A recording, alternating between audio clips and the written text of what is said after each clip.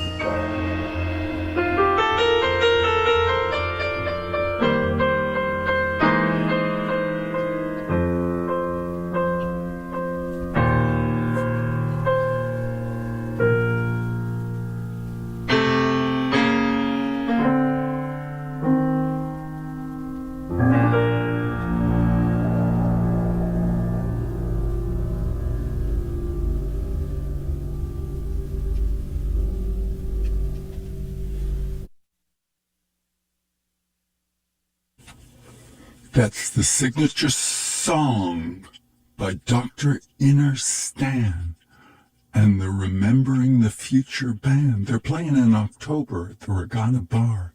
I'll get the details. You can call here if you'd like for those details. Or if you'd just like to check in if you're one of the 36 or on the waiting list. But never mind. We'll go on anyhow. Soldier through. Take a deep breath, because we're going to listen to some hard truth on Radio Eco Shock. Keep it unlocked. This is Radio Eco Shock with Alex Smith. Welcome to Radio Eco Shock. This week we're going to investigate attempts by the fossil fuel industry to capture otherwise green-thinking ports in the Pacific Northwest of the United States and Canada to export carbon to Asia. It's a battle you hardly hear about. Citizens are lining up against huge corporations with huge money to fight off giant coal ports, liquefied natural gas ports, even propane ports. If we commit to that infrastructure, we commit to devastating climate change, not to mention the explosive, toxic, and polluting impacts of these big projects on the Pacific Coast, its species, and its people. We'll first hear from activist Kevin Washbrook, reporting from Vancouver, Canada, and then from Green Radio host and activist Daphne Weisham from Portland, Oregon. I'll wrap up with some new science presented at a Harvard University research talk. Dr. James Anderson presents why climate change is coming much faster than anyone thought possible and why it cannot be reversed. It's Eco-Shocking Radio. I'm Alex Smith. Let's roll.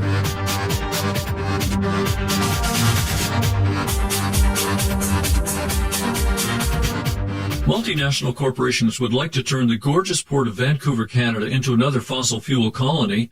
After coal port proposals were blocked by a public outcry in the American Pacific Northwest, they want to ship coal out to Asia through Vancouver. There's an active proposal to steer dirty tar sands oil into hundreds of tankers through Vancouver's scenic inlets. Even liquid natural gas is trying to use Vancouver as an outlet. We've reached activist Kevin Washbrook in Vancouver. He's part of the group Voters Taking Action on Climate Change, or VTAC. Kevin, welcome to Radio EcoShock. Hi, Alex. Nice to be here. Let's talk about coal. How big is the export business from Vancouver? Well, right now we have two fully functioning coal ports, one in North Vancouver, Neptune Terminal, which exports exclusively BC metallurgical coal from the Kootenays, and then West Shore Terminals in Tsawwassen, which is the biggest coal port in Canada, and depending on who's exporting more, it's often the biggest or the busiest coal port in North America. Neptune exports around, they export around 6 million tons of coal a year. They're trying to expand that to larger volumes. West Shore exports in the order of 30 to 33 million tons of coal a year, and about 8 million tons of that coal is U.S. thermal coal from the Powder River Basin. Wow, so they truck it all, or they train it all the way up from Wyoming, I guess it is. It is, and so it comes on Warren Buffett's BNSF Railroad up through Semiahmoo First Nation, White Rock, Crescent Beach, all along the water through there, and then up through around Mud Bay and over to West Shore Terminal. Why aren't they using American coal ports? Well, that's a good question. There were plans for 6 coal ports on the U.S. West Coast as recently as 3 or 4 years ago, and all but 2 of those projects have either been completely have been rejected or abandoned, and the last 2, the one in Oregon on the Columbia River, faces serious difficulties because it's failed to receive key permits. The last project and the largest at Cherry Point in Washington, so just south of the border, also faces serious opposition, including from the Lummi Nation, which has said outright, we reject this, you're not going to build it. So public outcry, public opposition, and really strong community organizing in the states has stopped all these projects. So that leaves BC, it's sort of the back door or the dirty doormat for U.S. coal on its way to Asia. And so right now they have been exporting this 7 million tons a year for some time, or 7 to 8 million tons. By way of comparison, the Cherry Point coal port proposal in Bellingham would be about 48 million tons of coal a year. And there is this new proposal to build a brand new coal port on the Fraser River in Surrey to export exclusively American coal. 4 million tons now, probably more in the future. Great. So what problems do coal trains pose for local communities? Well, yeah, that's a good point too, because especially in BC and in Metro Vancouver, because we have this port authority that has, it's a federal agency. It's sort of almost like a crown corporation, but it's also a regulator. It has absolute power over decision-making on port lands, and that's the land basically all along the water line in Metro Vancouver. So they can approve a coal port, but they take no responsibility for the external impacts that generates. And the one you're mentioning now is key, coal trains. So coal trains going through communities, they're extremely loud, and they often travel at night, and the noise levels from these things are over 100 decibels when the whistles are going. And that exceeds, the World Health Organization says nighttime noise levels should be below 30 decibels for young people, for the elderly, for the sick. There's noise. There's also vibration, and that there's problems in White Rock with the cliff face is slumping because of the vibration. There's also a lot of concern over coal dust. We don't know how much coal dust is lost on these trains, and we don't know what the health impacts of long-term exposure to low levels of particulate are from the dust. So that's an issue. One of the biggest concerns is diesel exhaust. We know diesel exhaust is a carcinogen. Diesel particulate is a carcinogen. And these trains run, within a kilometer of a number of schools and daycares and senior centers. They're already running now, and the plan is to run more of them. So people are rightly concerned about all those local impacts. How have activists raised Vancouver's dirty coal profile in the media there? Yeah, it's been an interesting process. In the fall of 2012, a community member in Surrey told me about these two proposals, the expansion at Neptune and the new coal port in Surrey at Fraser Surrey Docks. And when I looked at the numbers, if you added up all the proposed capacity, if all of that coal was exported, it would be more global warming pollution than, the Northern Gateway pipeline. It's a huge, huge issue, but it's all piecemeal, and it was under the radar. So over the past 2.5 years, we've managed to raise the profile, eventually our organization and a group based in Surrey called Communities in Coal and Dogwood Initiative and others. And it's been an interesting process of working with local governments, one by one, getting them on board about the issues, having them call or put forward motions calling for, proper public assessment or health risk assessment of these projects. We eventually presented before Metro Vancouver, and the region eventually opposed this coal port in Surrey outright. Various health leaders, climate scientists, community leaders have all come out saying they're opposed to this. Everything from the BC Nurses Union to Vancouver Credit Union to the Fishermen's Union to, all sorts of groups have said this is a bad idea. So, we've held various rallies and events, and we've presented at the Port Authority AGM, and it's really a simple issue. We're saying the Port Authority can't make decisions that affect our future as a region without including us in those decisions. And they're an extremely arrogant and remote organization. So the contrast is so stark that I think media understands this and the broader public gets that. You can't do things like this anymore. We're now in the 19th century, and they're not, captains of industry. We're a democratic society. Yeah, NASA scientist James Hansen famously was arrested protesting mountaintop removal for coal. But in Vancouver, I was tracking Simon Fraser University professor and world energy expert Mark Jacquard was arrested blocking a coal train. So it sounds like you are getting significant buy-in there. Yeah, it's a pretty compelling story because it's a very stark one. We know that we need to radically reduce the use of fossil fuels to avoid dangerous climate change. And one study after another is coming out saying that we can probably burn a bit more of the oil and a bit more of the gas, but we absolutely can't burn more coal. 80% or more of coal has to remain in the ground if we're going to avoid blowing past any sort of safe thresholds for climate change.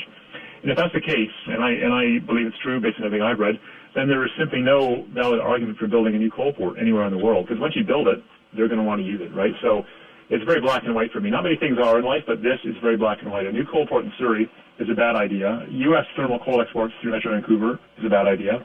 And it's something that's worth standing up and saying no to, saying, I don't think this is right.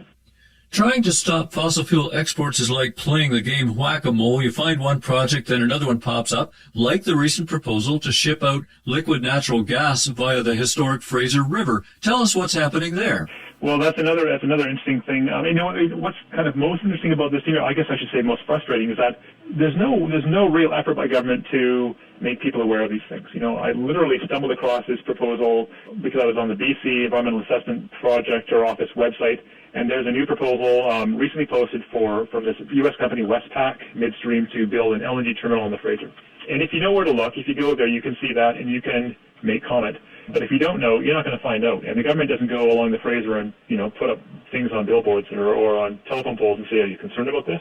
The federal government has given us this proponent, when they realize the project is a certain size, they have to let the BC and federal governments know, and the governments have to decide to do an assessment or not. So Ottawa, in its wisdom, on May the 22nd said, okay, we'll accept comments from the public until June the 11th to help us decide if we should even do an assessment or not. And furthermore, if we should substitute a provincial assessment for the federal one. So if you didn't go to the CEA website, the Canadian Environmental Assessment Agency website, and see that notice, you would never even known that there was a comment period. It's very frustrating because, these are big things and we all need to have a say. So anyways, to back up to the proposal, this is a plan for a brand new LNG terminal on the Fraser River in Delta, BC, next to the two cement plants that are across the river, and just upstream from, if you know Richmond, there's sort of a place called Watermania and a big movie complex and all that sort of stuff. It would see 120 LNG tankers a year and 90 LNG barges a year going up and down the Fraser River. Now, in comparison, some people are somewhat more aware of this proposal for wood fiber LNG in Squamish. It's had a lot of press. This proposal in the Fraser will be 1.5 times as large. Also, in comparison, the big Petronas Pacific Energy LNG project in Prince Rupert would be about 7 times larger. So this is a fairly small project, but it would still see a lot of LNG tankers on the river. The proponent, and this to me is typical, the project summary description, it says, we want to build this facility, this is the footprint, we're going to look at endangered plants and archaeological sites and whatnot right here, but once we sell that LNG and it goes onto an LNG tanker, it's someone else's responsibility. We're not going to assess those risks. That's crazy, that's absolutely crazy. And in the United States, if you want to build an LNG terminal, the Department of Homeland Security and the Coast Guard require that you conduct a waterway suitability assessment on the entire tanker route out to international waters to a distance of 3.5 kilometers on each side, because that's how far, an unignited cloud of LNG vapor can travel and still be explosive. In BC, that doesn't happen. And there's no one asking the fundamental question, is it a good idea to build an LNG terminal in the Fraser River? They're just simply, let's look and see if this will endanger plants or salmon or sturgeon at the site of the facility. It's a very narrow, blinkered approach to assessing these kinds of projects. Wait a minute. You're saying that a cloud can come off of one of those tankers if they were to leak that would go 3.5 kilometers, possibly on either side of the river, into an area where millions of people live? Yeah, no, that's okay. So let me back up and qualify that. So in the United States, there is a thing called Sandia National Laboratory, SANDIA, and they conducted a study in the mid-2000s that said, how are we going to assess the risks from LNG tankers, and what sort of guidelines are we going to create to assess these things? So they said, what's the worst-case scenario? Well, the worst-case scenario is, an intentional rupture of containment of all the LNG vessels on a tanker from something like a terrorist attack or an explosion. So in that worst-case scenario, what hazards would be created? And so they said, well, within 500 meters, everything would be burned to a crisp. And up to 1,600 meters, you'd have burn hazards and freezing hazards and these things, and they would decline over distance. But if that cloud of LNG, if that LNG didn't ignite right away, as it evaporates and turns to gas, before it disperses, it can still be a risk of producing a fireball up to 3.5 kilometers away. So for that worst-case scenario, we're going to require that LNG proponents examine the risks all along that 3.5 kilometer route. And we want to know if there are people living there, if there are, if there's significant infrastructure there, if there are, all sorts of any sort of property or public health and safety risks. Because, in the States they say you got to explicitly examine the possibility of a terrorist attack. You've got to look at the worst-case scenario. You've got to see what could happen if one of these things went badly wrong while en route. So that's smart to me. You want to know what the risks are before you approve these things, before a port or whoever approves them. In Canada, there is no such requirement. And all they're looking at here is the footprint of this facility. And to me, that's quite frightening because, I am no supporter of the Harper government, but I do know that they say that the risk of terrorist threats is real on our soil. Well, if that's the case, then why aren't you looking at the risks from transporting an extremely volatile substance in these vessels through highly populated areas? That just makes sense. Well, now, Kevin Washbrook, we know there are quite a few environmentally conscious voters in the Vancouver region. Do you worry, though, that your work to stop these proposals will push fossil fuels further north along the coast to Squamish or to northern ports like Prince Rupert or Kitimat? That's an interesting question. I don't think so. I think, those projects in the north, local people there are going to make their own assessment. I mean, I know what my thoughts are in terms of the risks to the climate from LNG, in terms of what groups like the CCPA and the Pembina Institute have figured out. But local populations are going to weigh and assess the local risks themselves, and I respect their ability to do that and their interest in doing that. I think what's going on here is that, people down here are very aware that there are these big projects proposed up north, whether it's LNG or, bitumen pipelines pipelines. And we often don't feel like we can have any sort of say in this kind of future for BC.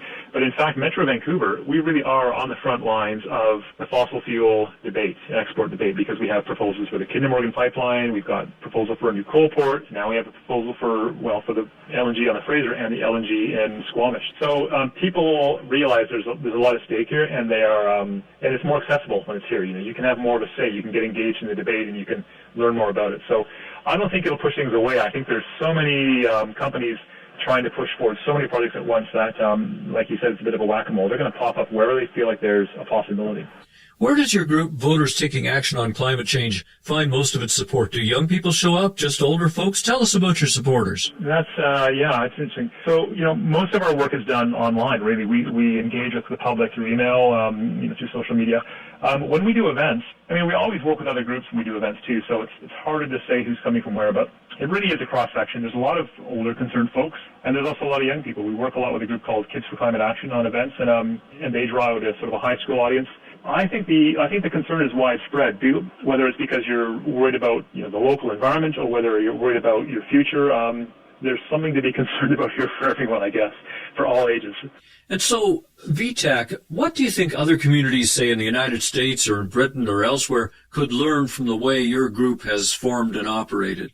Well, interesting. I think, our whole focus is trying to create opportunities for the public to express their concern to government. And we try and connect the dots between climate policy and fossil fuel exports that put our climate at risk, because climate policy discussions are often very abstract. Like the thing that's happened recently with the Harper government saying that they agree to eliminate fossil fuel use by 2100. Well, 84 years from now, no one's going to be here who's alive now, and that's just an absurd abstract discussion when we have real projects right here, right now that are threatening our climate. So I think creating opportunities for the public to engage and express their concerns are key, and we do that a lot through public commenting websites. Like right now for the LNG thing, we set up a website called reallnghearings.org, and that brings together all the information on the Fraser River LNG proposal, and there's a commenting tool so you can send a message directly to the federal environment minister and a CC to local government. So my experience is that people care and they want to take action. They may think that they don't know how or they don't know the time, so you create an opportunity, you put all the information in one place, and people want to act. I guess just empowering people, that's the key, empowering people. Can you give us your website address or your Facebook page? Sure. Our website is vtacc.org. That's our website. But the key, where we're really focusing right now, is on LNG, and so that's through reallnghearings.org. Great. Thank you so much. Our guest, Kevin Washbrook, is an activist in Vancouver, Canada, as part of the group Voters Taking Action on Climate Change. I appreciate your time, Kevin. You're welcome. Take care, Alex. You're listening to EcoShock Radio for the world. I'm Alex Smith. Get it all at our website, ecoshock.org. What is happening on the U.S. West Coast where fossil fuel companies race to export carbon to Asia? Let's tune in with a longtime friend of the environment, Daphne Weisham. For 8 years out of Washington, D.C., Daphne hosted the syndicated radio show Earthbeat on the Pacifica Network. Her articles have been published by both mainstream and alternative media. Now Daphne is in Portland, Oregon, as the director of the Climate and Energy Program at the Center for Sustainable Economy. At the same time, she's an associate fellow at the Institute for Policy Studies. Daphne, it's so good to hear your voice again on Radio EcoShock. Welcome back. Thanks so much, Alex. It's great to be here.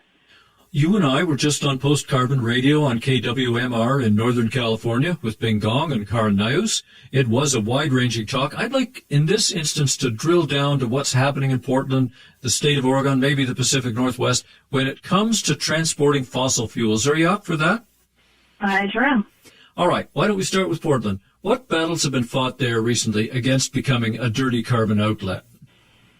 Well, one thing that people may not realize is that not only is Portland, Oregon, a very hip city, it also happens to be one of the first cities, the first city in the United States to put in place a climate action plan.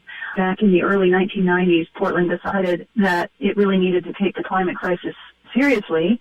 And as a result, the city has largely been ahead of the curve for the rest of the country and has a reputation, in fact, was recognized by the White House as a so-called climate champion just last December. Despite this reputation, or perhaps in addition to this reputation, the mayor decided that it was going to be a good idea to invite one of the biggest tar sands pipeline operators in the Canadian tar sands, Pembina Pipeline Corporation, to set up shop in Portland's harbors, and they wanted to export propane from the terminals here in Portland.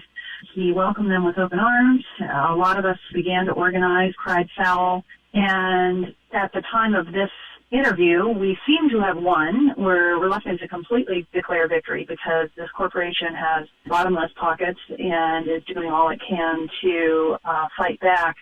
But we waged a campaign based on both safety issues and climate issues, and generated thousands of letters and had very creative involvement from a wide array of folks here in the city, including raging grannies and bicyclist activists and people taking over city council hearings. And we finally got our message across, and it appears that Pembina is not going to be welcome anymore in the city of Portland.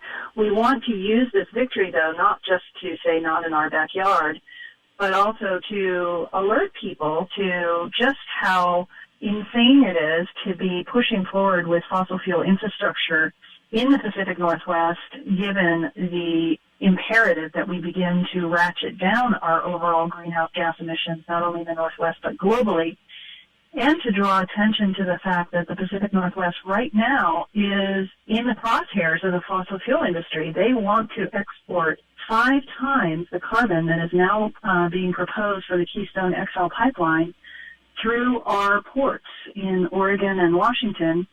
And very few people are aware of just how serious this hazard is to our economy, to our beautiful rivers and lakes and forests outside of the Northwest. Of course, here we're all up in arms and trying to take on one proposal after another as it comes down the pike. So rather than just playing whack-a-mole, which is sort of what a lot of groups have been doing, you stop one project, it pops up another place, we've decided to declare a ban on all new fossil fuel infrastructure, starting in Portland and then moving out to the rest of Oregon and the rest of the Northwest.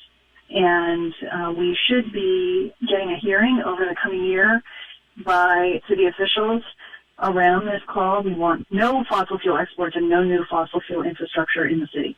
So that's our campaign, and I think we have a pretty good chance of winning it. Yeah, it would be such a different story if you were exporting solar panels in bulk or wind machines.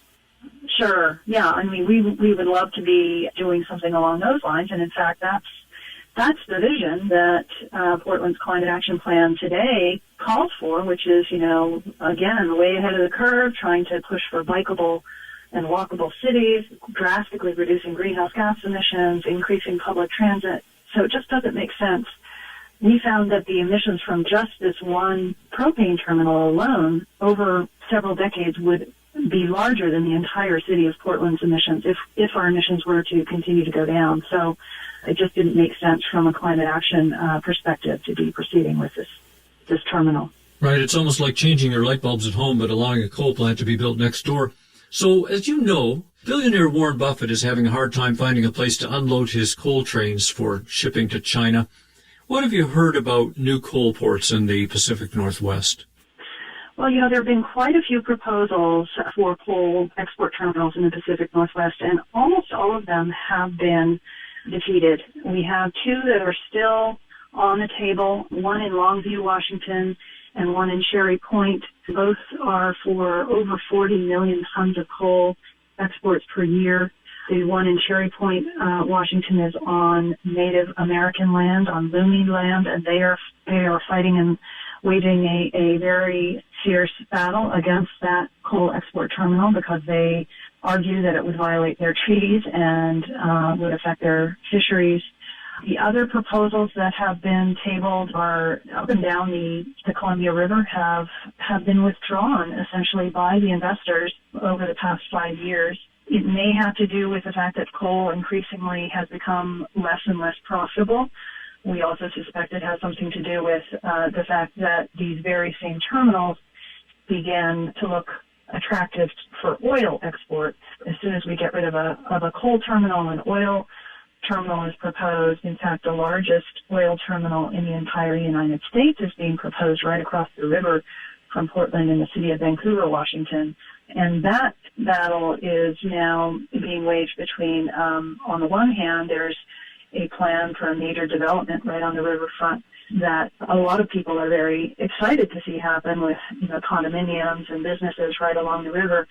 And should this oil terminal get built there, that project will not go forward. So there's a lot of tension between those two different types of development that are being proposed. But, over and over again, these oil, gas, and coal corporations are using very sneaky tactics. They'll claim, for example, one of the ways that an oil company managed to get the Bakken crude managed to be exported along the Columbia River, they got a port claiming it was going to be used as a biorefinery. The biorefinery went bankrupt, and then once they had already gotten the code amended for the biorefinery, they changed it to an oil terminal. So there's all sorts of tricky schemes that these industries are using, outright lies, claiming that they are, for example, in the case of the propane terminal, they claimed it was going to be used for, women to cook with in Asia. We found out, in fact, it was going to be used to be making propylene and plastics. Had nothing to do with alleviating the poverty of poor women in Asia. So, we have to be on our guard against these companies. They're using every strategy they can. Oregon apparently is number 3 nationally as a target for ALEC funds. That's one of the right-wing anti-environmental and climate denialist groups that's been pushing a very strong legislative agenda in favor of big energy and big oil. And so we're really fighting on all fronts here in the Northwest.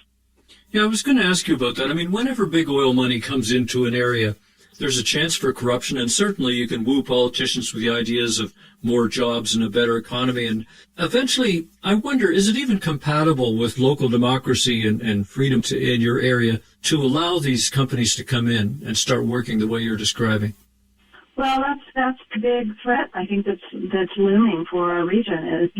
It potentially will change not just the political nature of this region, but the entire economy is shaped in a completely different direction when you start welcoming in oil trains and coal trains and terminals and refineries. Suddenly, you start looking a lot more like Texas than Oregon, both politically and environmentally. And that's certainly not what a lot of people move to the Pacific Northwest to experience, and those aren't the values of the Northwest. But, we have, in addition to the traditional political concerns, there's also, of course, the concerns that Native Americans have around preserving their treaties. A concern as they go to court and try to get these treaties upheld for Native Americans is that in some cases, if they lose, their treaties get weakened. So it's at great risk that they go to court and try to get these treaties upheld, and that's another potential setback that, unfortunately, once again, Native Americans have an awful lot to lose in these battles. This is Radio EcoShock with our guest, the longtime Green Radio host and activist Daphne Weisham. Another big fad, Daphne, is to announce massive liquid natural gas terminals. We've got a government in British Columbia that got elected promising all the jobs and the money and our budget would be totally balanced once we get these LNG plants, which have not materialized, incidentally. What about LNG in the Pacific Northwest? Well, that's another big battle that we're facing right now. We've got 2 major pipelines being proposed just for Oregon, one in Southern Oregon that they want to build. It's over $7 billion pipeline that they want to build through the southern part of Oregon, and then have the export terminal export LNG from Coos Bay, Oregon, and another one in northern Oregon, in Warrenton, Oregon. And both of these projects would involve, of course, massive acreage and land, a lot of it in private hands. And in many cases, they are claiming eminent domain as an argument in favor of, for example, paying about $12,000, $13,000 per acre, which is way below market value to landholders.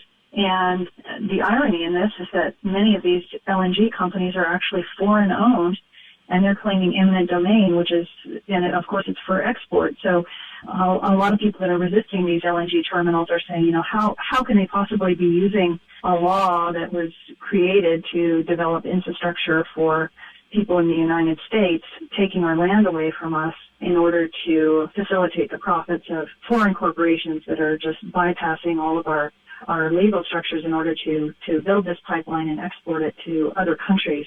So there's a lot of resistance, but again, with so much money on the table, a lot of politicians are lining up to support this. And certainly our local paper, the Oregonian, seems to be completely in the pocket of the fossil fuel industry. They've written editorials saying that climate change is not a concern for Oregonians and are regularly trumpeting all the benefits of these fossil fuel exports. So we're in a bit of a war here in the Northwest in terms of keeping people informed about what's really happening and taking, holding our elected officials accountable. Does the state of Oregon allow fracking? No, it has not banned fracking. This actually did come up this year, that there was a bill that originally was going to ban fracking, and then it sort of morphed into regulating fracking, and that created a huge uproar where people said, no, we don't want to regulate it, we want to ban it outright. Currently, as far as I know, there's very little in the way of any sort of exploitable gas reserves anywhere in Oregon, but I think they would have an awfully hard time fracking in Oregon. Well, that's good to hear. Now, Daphne, I know you continue to keep track of U.S. national policy as well. What do you make of President Obama taking, he talks strongly about climate change, and then he approves exploration for more fossil fuels in the fragile Arctic by Shell Oil? Your guess is as good as mine, Alex. I'm just mystified, how he can take, especially of late in his last 2 years in office, where I think he's felt much more free to speak boldly about the climate crisis and seems to be taking an awful lot of opportunities to speak out on it. Why he would, on the one hand, take these actions to, for example, restrict coal-fired power plant emissions and increase fuel efficient automobiles, and then at the same time allow for Arctic drilling and massive oil and gas and coal exports. I suppose it may have something to do with the fact that he was the number one recipient of BP funds when he was running for office. I don't know if he's still feeling beholden to his donors. It's really hard to understand why he is acting the way he is. And again, on the international front, I was disappointed the leaders of the industrial countries, the G7, could only promise an end to carbon emissions by the end of this century, 85 years away. That's way too late to avoid catastrophic climate change. What do you think? That's right. I mean, we had a proposal that was the Germans at the G7 were trying to get a decarbonization of all of the G7 economies by 2050, and the Canadians and the Japanese pushed back, allegedly, and said, no, but we will sign on to decarbonization by 2100. Of course, this is a non-binding agreement, so even if it were 2050, it wouldn't be all that exciting, but 2100 is so far out, past the lifetime of any of these folks at the table that I'm sure they felt very comfortable making this agreement and kicking the can down the road. The Japanese apparently are very heavily invested in coal-fired power in Asia, and so that explains their reluctance to see any decrease in their investments in coal. And I suppose the Canadians, due to the tar sands, are reluctant to see decarbonization anytime soon. But you seem to suggest, at least in our last conversation, that tar sands profits are plummeting. Is that right? That's true. It's just too expensive to produce the tar sands. You need at least $60 to $70 a barrel to do it, and they're only getting about $40 to $45. They don't get world prices because the tar sands requires so much work at the refinery to get a usable product that they get a lower price. So they're losing some money, and what's happening is there's massive layoffs in Alberta, and I mean big layoffs, and the financing for these companies is getting hard to get, and their stocks, according to one of our guests, went down 70%. So that's a big drop in their stock value as well. Interesting. Well, that may explain why they're trying to also. Some of the same companies tap into the fracked gas in Alberta and the propane byproduct of fracked gas that in the past had been treated as a waste gas. It's another revenue stream for them. Yeah. Now, do you expect much concrete to come out of the Paris climate talks later this year?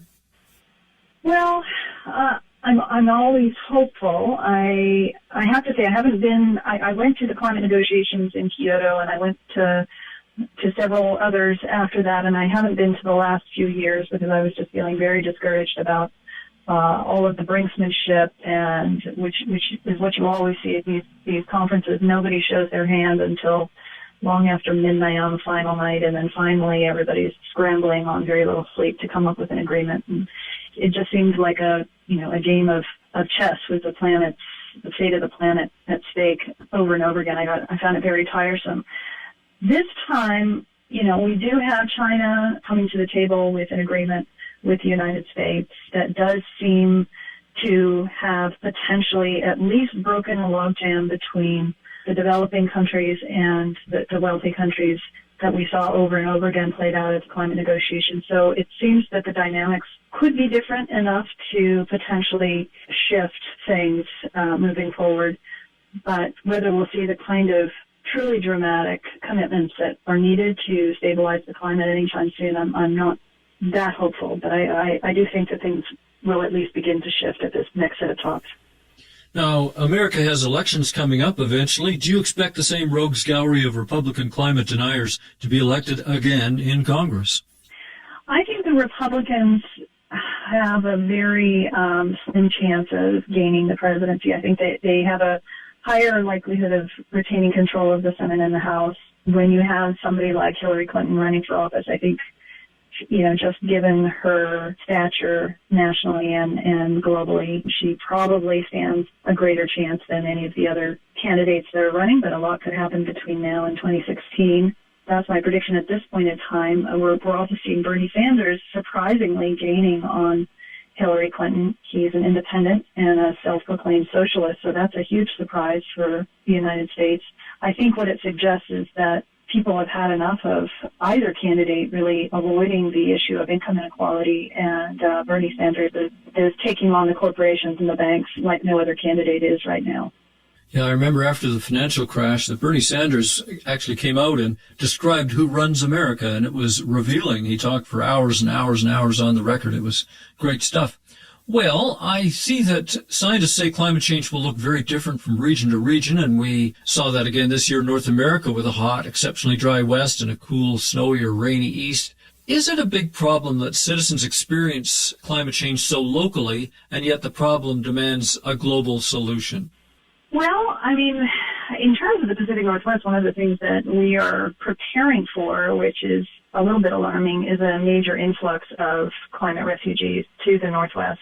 City officials tell us that they're expecting, the population of Portland, for example, to increase by several 100,000 in the coming decades. So I think, as California dries up and continues to dry up, we probably will see quite a few people moving north from California to wetter climates. Is it problematic how climate change plays out with regard to, I don't fully understand what you mean by that question. Can you reframe?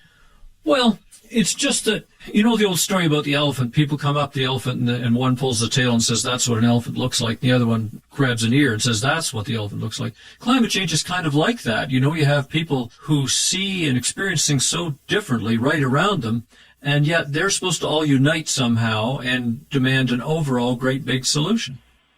Well, I mean, I think the polls suggest that a majority of Americans do think that the climate crisis is serious, it's happening, and they want to see action taken on it. So regardless of how it manifests in their region, I think people are increasingly alarmed and are increasingly wanting to see elected officials take action. Unfortunately, our elected officials are, largely following the money, and most of the money is with the Koch brothers and the other oil companies. So they're listening to them and not to the American people, at least at the moment, and this is one reason why we need better campaign finance laws in this country. But I think what we've come to the conclusion here at the Center for Sustainable Economy is that working at the city level, working at the state level, you can get a lot more done than you can trying to work in Washington, D.C. Things are very broken in Washington, but you can actually affect policy at the state level, and eventually, hopefully, you can piece that into some sort of national strategy. That's a great point. Are you getting re-energized by regional activism on the West Coast versus the politics of living and working in Washington, D.C.? Oh, yes. I hit lots and lots of exclamation points after that statement. I am so inspired by so many of the young people, the retirees. The level of engagement here in the Northwest around the issue of climate change is so broad and so sincere and so energized. It's really inspiring to see. A lot of people have literally, just put their careers completely on hold and are doing nothing but working on this climate crisis. One of the people that's leading the Local 350 chapter here in Portland is a former MD who just decided this is where she needed to spend her time and energy. I know a lot of people that have dealt with either early retirement or are living very frugally so that they can devote a significant amount of their time to working on fighting the fossil fuel industry here in Oregon. So it's both inspiring and encourages me to work even harder, whereas back in Washington, D.C., you would just feel that no matter how much you threw your head against that wall, you would just keep smashing it over and over again, and it wasn't going to budge. But things do actually get done at the state level. I wonder if there's a story or experience beyond that you think could help raise our listeners to an even greater move into climate activism. Well, I mean, I think the climate crisis, as you've covered it so well, especially in your recent shows with climate psychologists and others talking about the ways in which we turn away from just how serious it is. It can have that result, but it can also, when you are working in coalition with others, what I found is that the people that end up coming out to join these coalitions are some of the best members of our society. I mean, they are just smart, committed, funny, creative, and these are the kinds of people that I would want to have by my side fighting any kind of battle. So I encourage people that are in any way feeling defeated by this crisis to turn that sort of intention to mourn into an organizing intention, and to really seek out like-minded folks, because they will energize you and keep you going in your darkest hours. And a lot of us are feeling the grief around this. I know I've felt it for quite some time, but there are signs that people are really beginning to get it and are really getting mobilized. For example, I'm working with the National Unitarian General Assembly that's gathering in Portland, and 6,000 members of the Unitarian faith are coming from all over the United States, and they'll be focused exclusively on both climate change and also how best to work in solidarity with Native Americans in facing down this crisis. It's very exciting. It feels like we are going to go back to our home communities and really commit to respond. In fact, there's a website, Commit to Respond, and people are going to be asked to do something along the same lines of what your last guest asked us to do, which is to mobilize towards a World War II type mobilization to save humanity. I think a lot of us recognize that that's what's required at this point in time, and we need all of us to be calling for the same thing, both for our economy and for our planet, if we're going to stop this monster in time. Our guest, Daphne Weisham, hosted the environmental program Earthbeat for 8 years on the Pacifica Radio Network. Now she's bounced between regional activism on the West Coast and her continuing watch over national and international climate developments. She is the Director of Climate and the Energy Program at the Center for Sustainable Economy. Daphne, where are the best places to follow your ongoing work? Sustainable-Economy is our website, and we are getting our climate and energy program up and running there. We're very excited about a new initiative that you can see an update on shortly called Climate Risk Bonds. We have our preliminary paper up there, and we'll be posting a lot of our activity on LNG and other oil and gas and coal exports in the Pacific Northwest. We've hired a new political director. You can join our activist network there, and we look forward to engaging with anyone who wants to preserve what we call the thin green line here in the Pacific Northwest to prevent these massive fossil fuel exports from going forward. Great. So listeners, just Google Center for Sustainable Economy or look for links in my blog at ecoshock.info. Daphne, thank you so much for joining us again. Please keep in touch as you develop more stories. Thank you. And just one last thing. It's the easiest website, scene.org, will take you right to, SEEN.org, will take you right to our activist network page. Beautiful. Scene.org. I'm Alex Smith reporting for Radio EcoShock.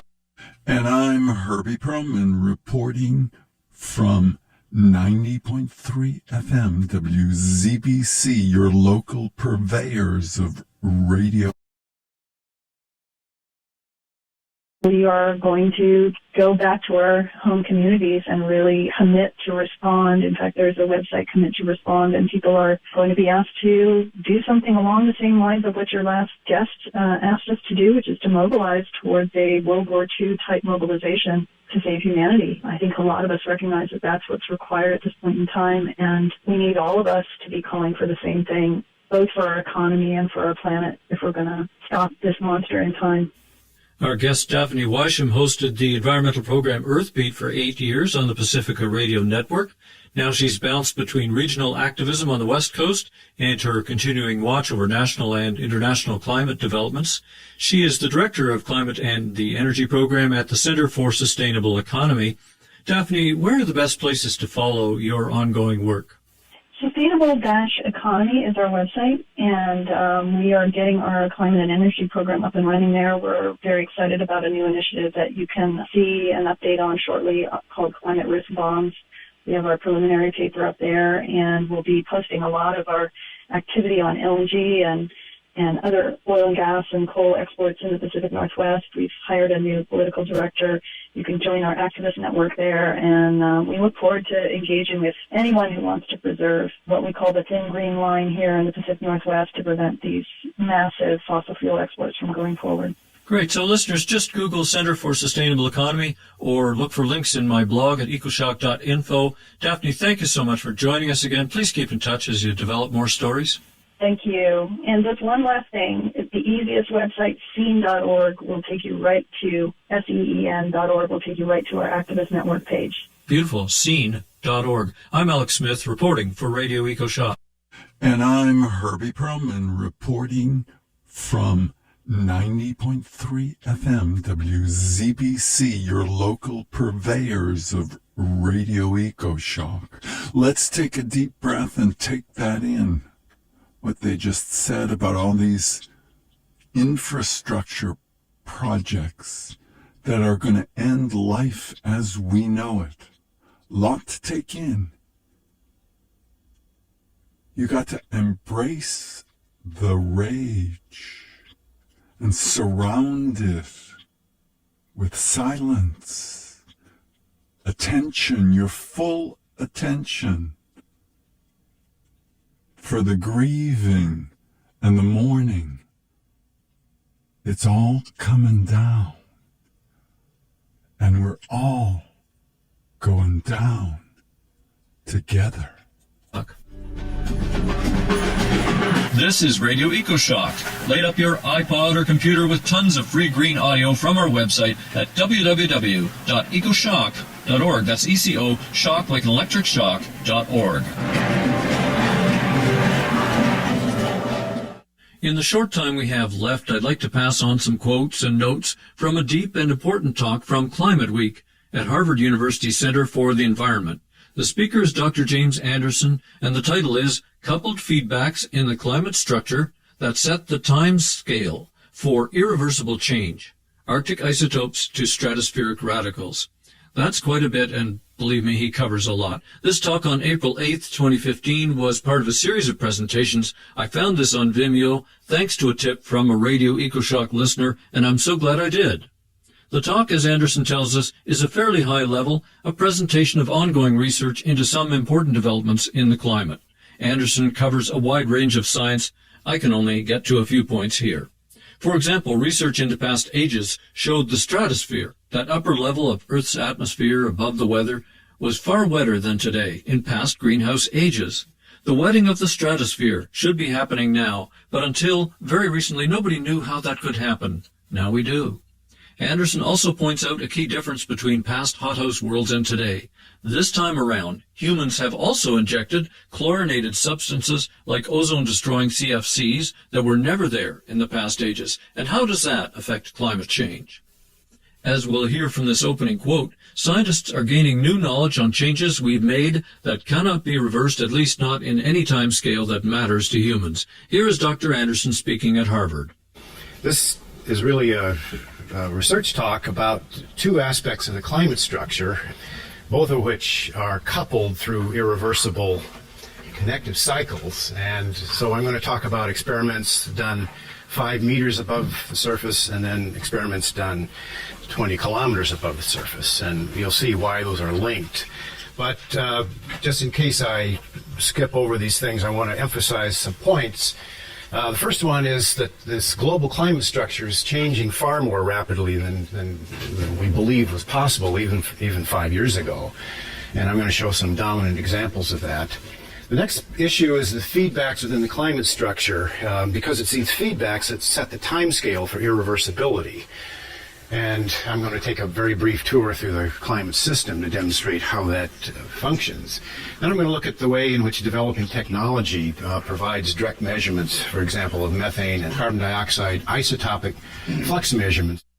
Next, we'll hear about how the fragile Arctic determines so much of our weather. Then I'm going to look at why these cryosystems, which are so delicate because the heat of fusion for water is so small, that the delicacy of these cryosystems, in a cruel irony, link into the larger global climate structure, and they exhibit inordinate control over these global climate systems. I'm going to touch very briefly on this paleo record. And as Brian talked about on Tuesday, the climate structure depends in large measure on the temperature gradient between the tropics and the polar regions. And during the Eocene, there was a very little temperature difference between the tropics and the polar regions. And in that particular structure, the stratosphere had to be wet. There's very little. In fact, Brian, I don't think there's any possibility of having that climate structure without a moist stratosphere. And as we'll see, moisture entering the stratosphere today has a very different connotation because it triggers catalytic cycles involving chlorine and bromine that were not present during the Eocene. So I'll also talk about deep convective injection north of the subtropical jet, which, as we saw from Brian's talk, is a potential way of transitioning from the current structure of the climate to one in which there's a far smaller difference in temperature between the equator and the polar regions. So this convective injection of water turns out to be unique over the U.S., and it's coupled also to anticyclonic flow over the U.S. that's created by the North American monsoon. And so we have this convective injection into this anticyclonic motion, which is a demonic combination created by the dynamics, but it has very strong coupling into the catalytic chemical structure of the stratosphere. Note how Anderson stressed the point made again and again by our guest scientist Paul Beckwith when explaining the new disruption of weather in the Northern Hemisphere, and that's the temperature difference between the tropics and the poles. As polar regions warm up, the difference is declining, and the result is a slower and wavier jet stream and some really strange weather for all of us in the northern world. As a side note, Anderson explains why both the left and the right may support further research into controversial geoengineering. First, he refers to the National Research Council report on climate engineering, particularly solar radiation management. The National Research Council has just released a new report on climate engineering, particularly solar radiation management, that is being pushed actually in a bipartisan way because the right would like to have solar radiation management so more fossil fuels can be burned, and the left believes that intruding in natural systems like this is a very dangerous venture. So research on the topic is gaining bilateral support, which is highly unusual these days. Next, we hear why James Anderson thinks global warming is so horribly wrong as a term to describe the current climate shift. All right, so let me start with a bias. This term global warming applied to this problem, it makes me shudder because 70% of the globe is covered by ocean with an average depth of 3,500 meters, and it has massive heat capacity. So in my mind, the most degenerate variable you can discuss is mean global temperature. And it also carries this connotation of something that's happening slowly. 1 degree centigrade per century doesn't carry a huge amount of political imperative behind it. It also carries the connotation that you can watch things slowly change, and if you don't like it, you can just slow down the release of carbon dioxide and return to the condition. And nothing could be further from the truth, as we'll see. So I always avoid the term, and I cringe every time I hear it. We'll never have time to get to all the great science in this talk, but I do want you to hear this. The next point involves these methane clathrates. These are these beautiful structures, ice cages, within which nature inserts methane produced anaerobically by decomposition of organic material. And it's entropy that's driving this entirely, because nature, of course, abhors a vacuum. You want to stuff molecules into every possible nook and cranny in order to engage the inclusion of energy states. And it turns out that methane fits beautifully into these water cages. And This is ubiquitous. Methane clathrates contain about 3 times the chemical energy of all known fossil fuel reserves, including coal, petroleum, and natural gas. And they reside not only in the surface soils of Siberia and northern Alaska, but also they're ubiquitous across the ocean basins. This was pulled up off the west coast from about 100 meters, and you just touch a match to it, and it ignites. But the numbers, as Steve Wassey pointed out, are actually quite concerning. So here we plot the CO2 emission from fossil fuel burning in gigatons of carbon per year.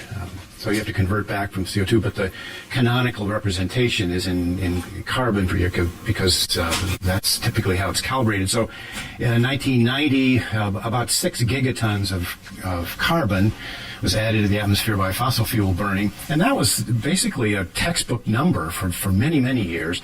But in 2000, it started to take off, and when the 2007 IPCC report came out, these were the release scenarios. This was the worst possible case, this upper red line.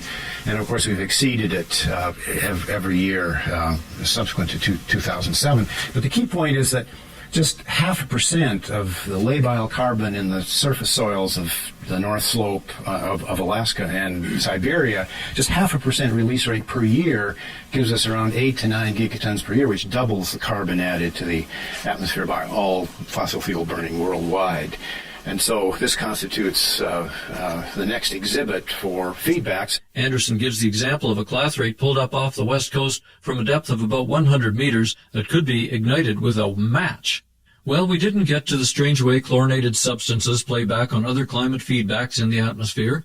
Plus, and this is a spoiler alert, scientists have discovered a way the stratosphere can become wetter as it did in past greenhouse worlds. Many, many hours flying around the world found the stratosphere has the same low amount of water vapor. But in a kink in the system, a collision of weather factors over the continental United States creates an almost unique kind of heat funnel that does inject more water into the stratosphere. There are several other sites like that, Anderson says. They have the mechanism that will wet down the stratosphere over time. As I say, there's a huge range of cutting science in this talk by James Anderson. Some of it is a little difficult for the layperson to understand, but most of it is very clear. We learn of feedbacks which make this developing climate shift into a major geological event that cannot be reversed. We have already gone over the climate cliff, he tells us. How far we fall depends on whether we can rein in our fossil fuel burning emissions before they trigger much, much larger carbon or methane inputs from the previously frozen lands and seabed in the Arctic. Find an easy link to this Vimeo presentation at Harvard University, April 8th, 2015, in my show blog at ecoshock.info. I'll also add my lengthy notes to the blog, which includes a few links and explanations. We've blown through the time barrier again. Get all our past programs as free MP3s from our website at ecoshock.org. Listen anytime on the Radio EcoShock page on SoundCloud. I'm Alex. Thank you for listening and caring about our world.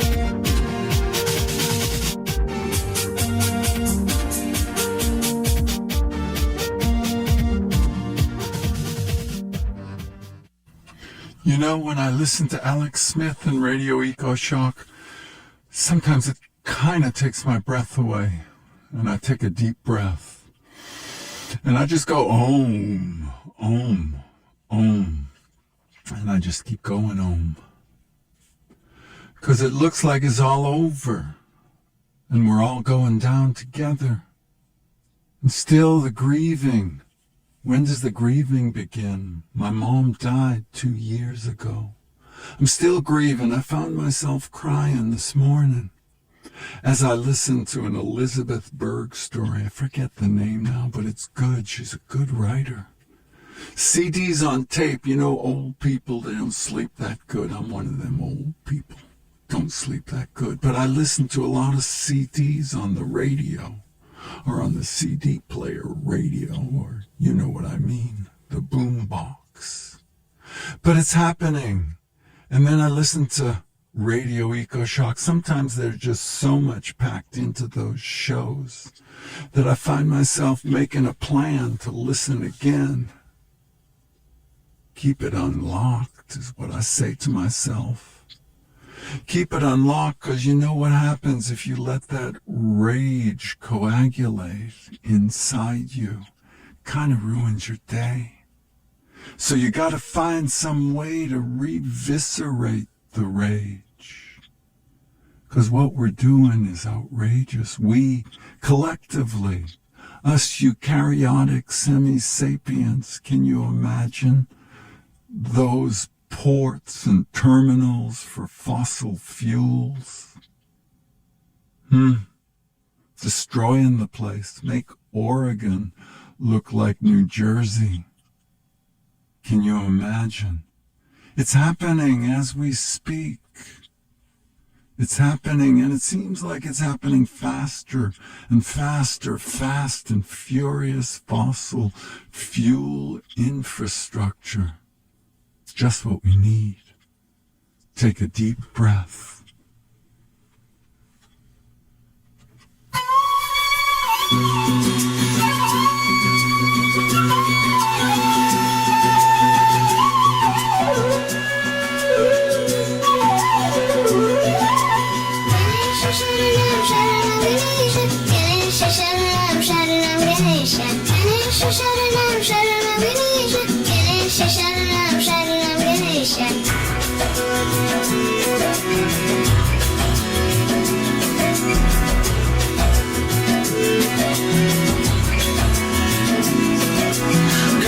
Sharanam Sharanam Ganesha, Ganesha Sharanam Sharanam Ganesha, Ganesha Sharanam Sharanam Ganesha, Ganesha Sharanam Sharanam Ganesha, Gam Gam Ganapati Sharanam Ganesha, Gam Gam Ganapati Sharanam Ganesha, Gam Gam Ganapati Sharanam Ganesha, Gam Gam Ganapati Sharanam Ganesha, Ganesha Sharanam Sharanam Ganesha, Ganesha Sharanam Sharanam Ganesha, Ganesha Sharanam Sharanam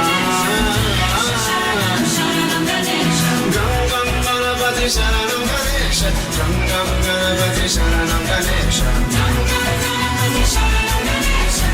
Gam Ganapati Sharanam Ganesha, Jai Ganesha Jaya Jaya Gananatha, Jai Ganesha Jaya Jaya Gananatha, Jai Ganesha Jaya Jaya Gananatha, Jai Ganesha Jaya Jaya Gananatha, Ganesha Sharanam Sharanam Ganesha, Ganesha Sharanam Sharanam Ganesha, Ganesha Sharanam Sharanam Ganesha, Sharanam Sharanam Ganesha, Gam Gam Ganapati Sharanam Ganesha, Gam Gam Ganapati Sharanam Ganesha, Gam Gam Ganapati Sharanam Ganesha, Jai Ganesha Jaya Jaya Gananatha, Jai Ganesha Jaya Jaya Gananatha, Jai Ganesha Jaya Jaya Gananatha, Jai Ganesha Jaya Jaya Gananatha.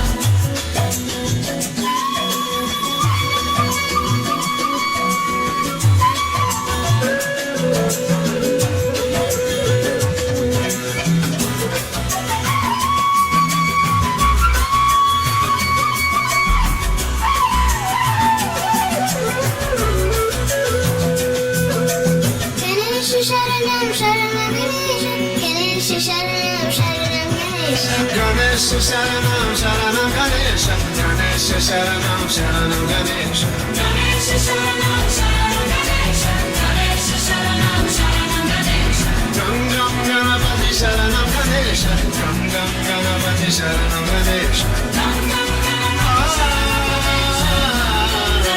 Sharanam Ganesha, Ganesha Sharanam Sharanam Ganesha, Ganesha Sharanam Sharanam Ganesha, Ganesha Sharanam Sharanam Ganesha, Ganesha Sharanam Sharanam Ganesha, Gam Gam Ganapati Sharanam Ganesha, Gam Gam Ganapati Sharanam Ganesha, Gam Gam Ganapati Sharanam Ganesha, Gam Gam Ganapati Sharanam Ganesha, Jai Ganesha Jaya Jaya Gananatha, Jai Ganesha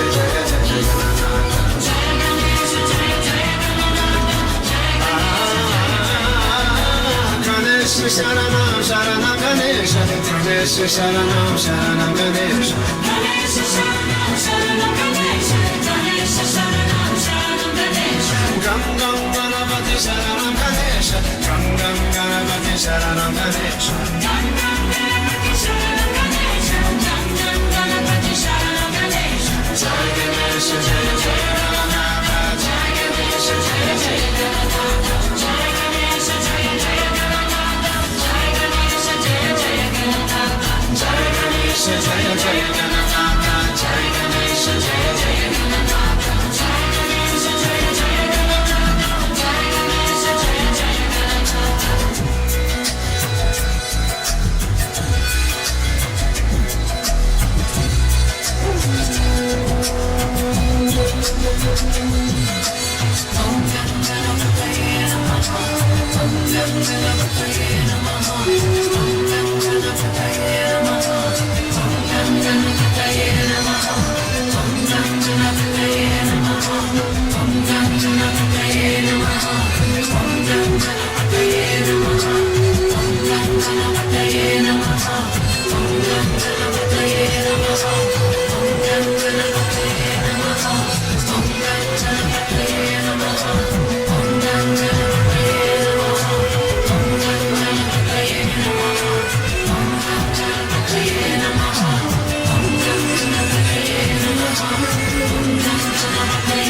Ganesha Sharanam Sharanam Ganesha Ganesha Sharanam Sharanam Ganesha Ganesha Sharanam Sharanam Ganesha Ganesha Sharanam Sharanam Ganesha Gam Gam Ganapati Sharanam Ganesha Gam Gam Ganapati Sharanam Ganesha Gam Gam Ganapati Sharanam Ganesha Ganesha Sharanam Sharanam Ganesha Ganesha Sharanam Sharanam Ganesha Ganesha Sharanam Sharanam Ganesha Ganesha Sharanam Jai Ganesha Jai Jai Ganapati Jai Ganesha Jai Jai Ganapati Jai Ganesha Jai Jai Ganapati Jai Ganesha Jai Jai Ganapati Ganesha Sharanam Sharanam Ganesha Ganesha Sharanam Sharanam Ganesha Ganesha Sharanam Gam Gam Ganapati Sharanam Ganesha Gam Gam Ganapati Sharanam Ganesha Gam Gam Ganapati Sharanam Ganesha Gam Gam Ganapati Sharanam Ganesha Jai Ganesha Jai Jai Ganapati Jai Ganesha Jai Jai Ganapati Jai Ganesha Jai Jai Ganapati Jai Ganesha Jai Jai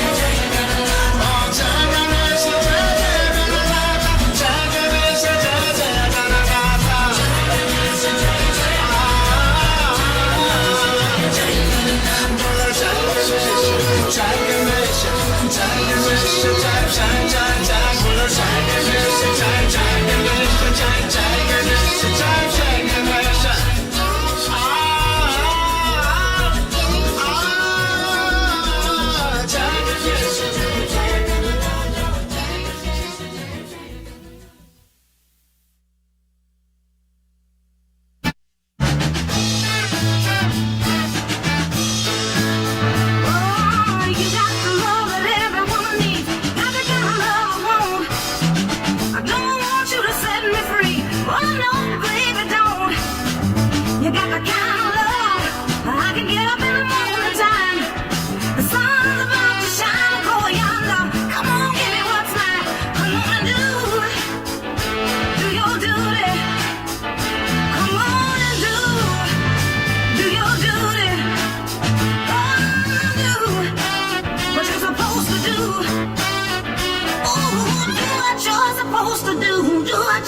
you got to do your duty. Hey, you can't deny it, baby, don't you try it. Come on and give it up. I got to have it, can't do without it. Ooh, show up. I got to have your love. I can't help myself. It's you, baby, only you. I don't want nobody else. Come on and do your duty. Come on and do your duty. Oh, do what you were chose to do. Hey, yeah, do what you were chose to do. Do what you know you got to do. Do your duty. I never thought the day would come. I love and cherish only one. You gave me everything. I can never be the same. Hey, do it. Do your duty. Come on and do your duty. Oh, baby, do what you're supposed to do. Hey, you gotta do what you're supposed to do. Do what you know you got to do. Do your duty. Do your duty. Do it, do it, do it, do it, baby. Do your duty. Hey, you took my hand, shot me in my man. Hey, hey, do it, do it, do it, do it, do it, baby. When you hang your hat, you got to show me where it's at. Hey, yeah, do it, do it, do it, do it, do it, baby. You do your duty way beyond the call, above and beyond the call of duty and booty and all them other things. This is from Sri Nisargadatta Maharaj. Maharaj, the seeker is he who is in search of himself. Soon he discovers that his own body he cannot be. Once the conviction, I am not the body, becomes so well grounded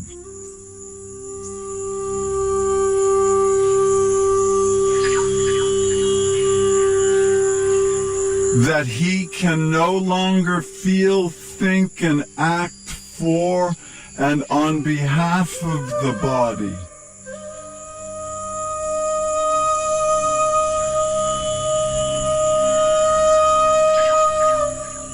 He will easily discover that he is the universal being, knowing, acting, that in him and through him the entire universe is real, conscious, and active. This is the heart of the problem. Either you are body conscious and a slave of circumstances, or you are the universal consciousness itself and in full control of every event.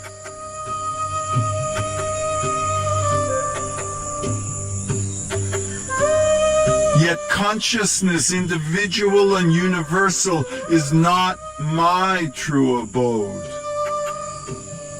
I am not in it. It is not mine. There is no me in it. It isn't personal.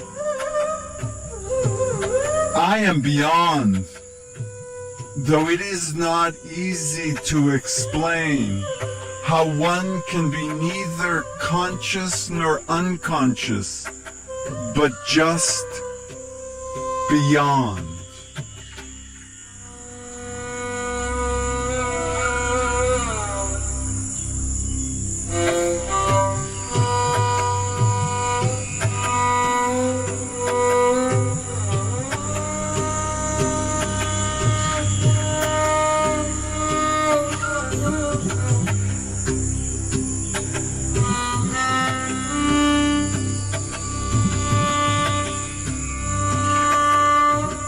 I cannot say that I am in God or I am God. God is the universal light and love, the universal witness. I am beyond the universal even. Questioner, in that case, you are without name and shape. What kind of being have you?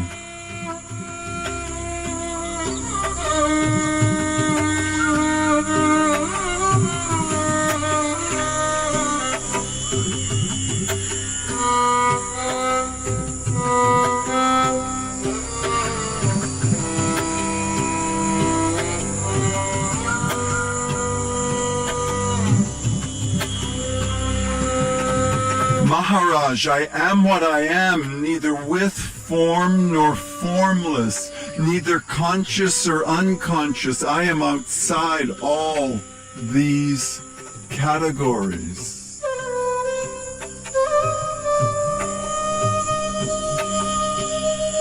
Questioner, you are taking the neti, not this, not that approach.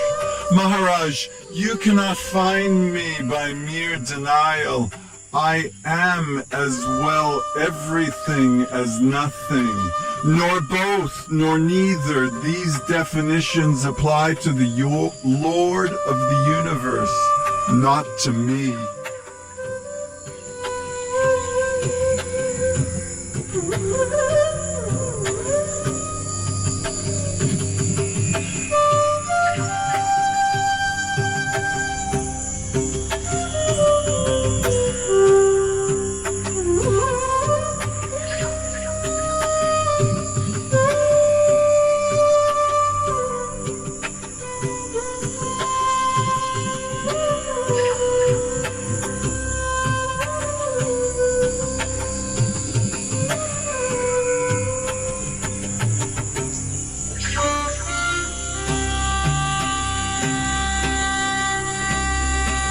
Questioner, do you intend to convey that you are just nothing? Maharaj, oh no.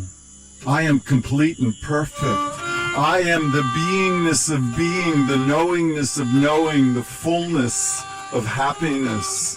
You cannot reduce me to emptiness.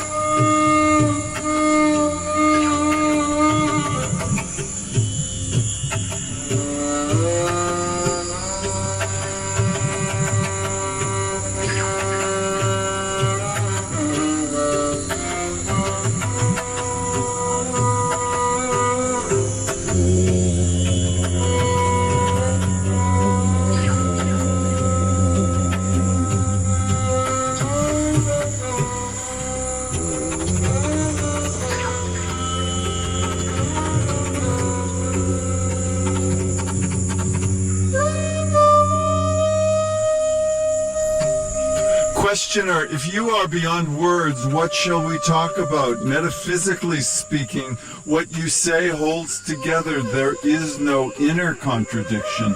But there is no food for me in what you say. It is so completely beyond my urgent needs. When I ask for bread, you are giving me jewels. They are beautiful, no doubt. But I am hungry. Maharaj, it is not so. I am offering you exactly what you need. Awakening. You are not hungry, and you need no bread. You need cessation, relinquishment, disentanglement. What you believe you need is not what you need. Your real need, I know, not you. You need to return to the state in which I am, your natural state. Anything else you may think of is an illusion and an obstacle. Believe me, you need nothing except to be what you are. You imagine you will increase your value by acquisition. It is like gold, imagining that an addition of copper will improve it. Elimination and purification, renunciation of all that is foreign to your nature is enough. All else is vanity.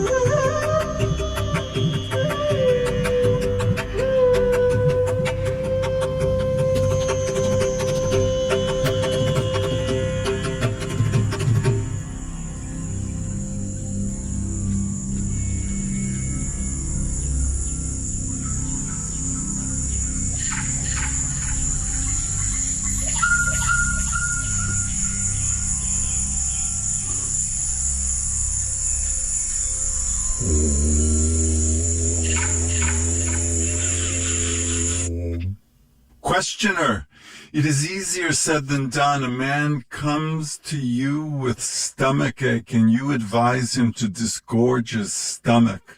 Of course, without the mind there will be no problems, but the mind is there, most tangibly.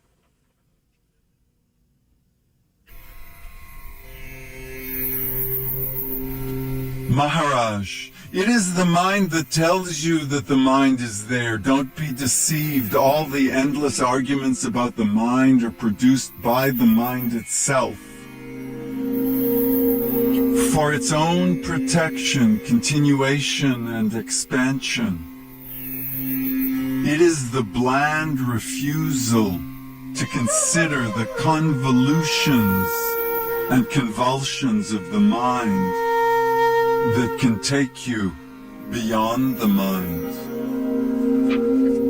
Questioner, sir, I am a humble seeker while you are the supreme reality itself. Now the seeker approaches the supreme in order to be enlightened. What does the supreme do? Maharaj, listen to what I keep on telling you and do not move away from it. Think of it all the time and of nothing else.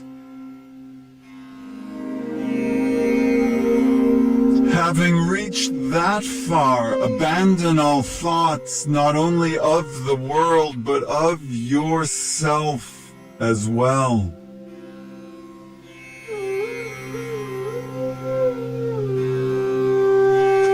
Stay beyond all thoughts, in silent being awareness. It is not progress, for what you come to is already there in you, waiting for you, waiting for you, waiting for you.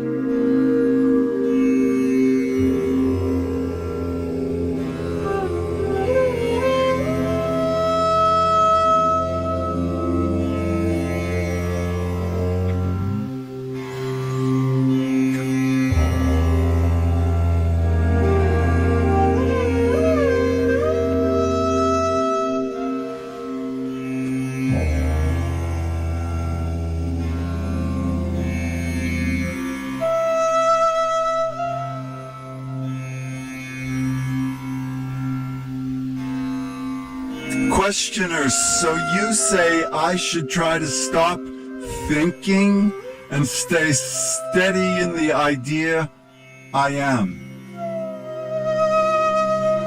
Maharaj, yes. And whatever thoughts come to you in connection with this I am, empty those thoughts of all meaning. Pay them no attention. Questioner, I happen to meet many young people coming from the West, and I find that there is a basic difference when I compare them to the Indians. It looks as if their psyche is different. Concepts like self, reality, pure mind, universal consciousness, the Indian mind easily grasps. They ring familiar, they taste sweet. The Western mind does not respond or just rejects. It concretizes, and wants to utilize at once in the service of action, in the service of accepted values. These values are often personal: health, well-being, prosperity. Sometimes they are social: a better society, a happier life for all. All are connected with worldly problems, personal and impersonal.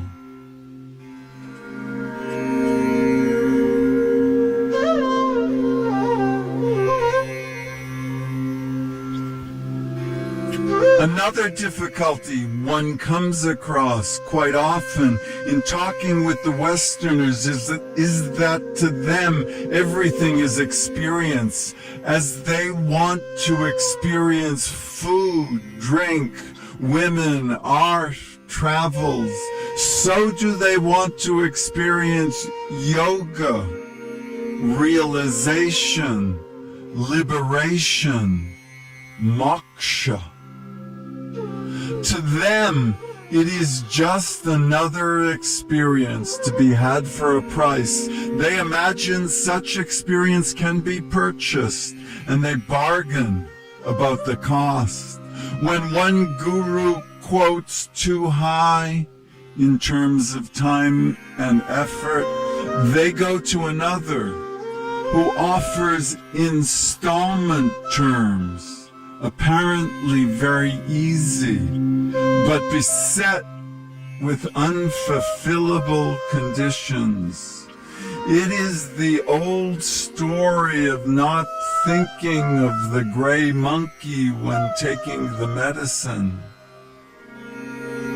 In this case, it is not thinking of the world, abandoning all selfhood, extinguishing every desire, becoming perfectly celibate, etc., etc., etc.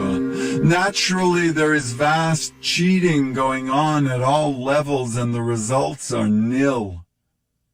Some gurus in sheer desperation abandon all discipline, prescribe no conditions, advise effortlessness, naturalness, simply living in passive awareness without any pattern of must and must not.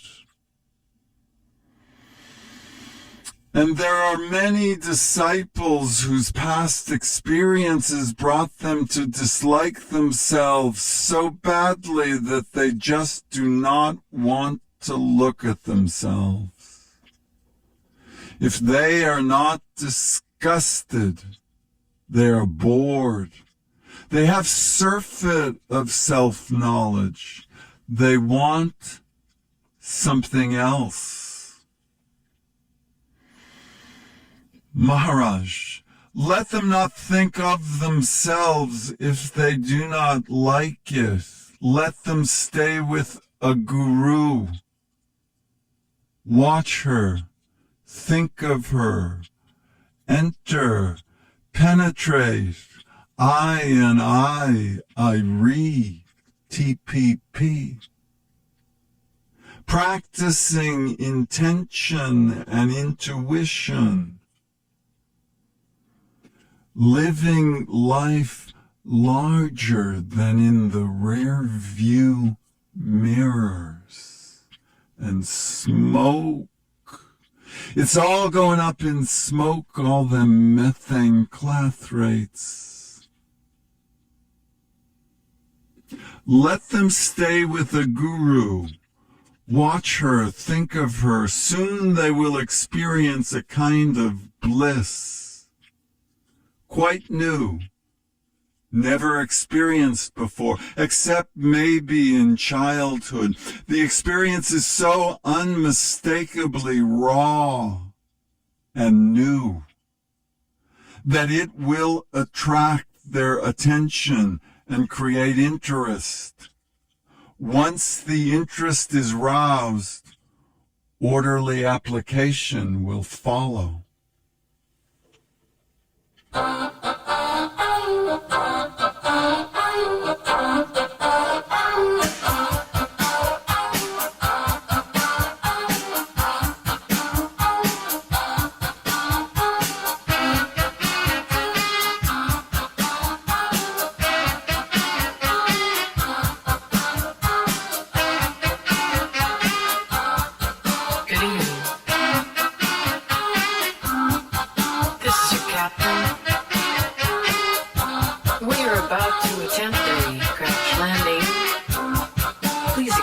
All cigarettes. Place your tray tables in their upright position. Your captain says, put your head on your knees. Captain says, put your head in your hands.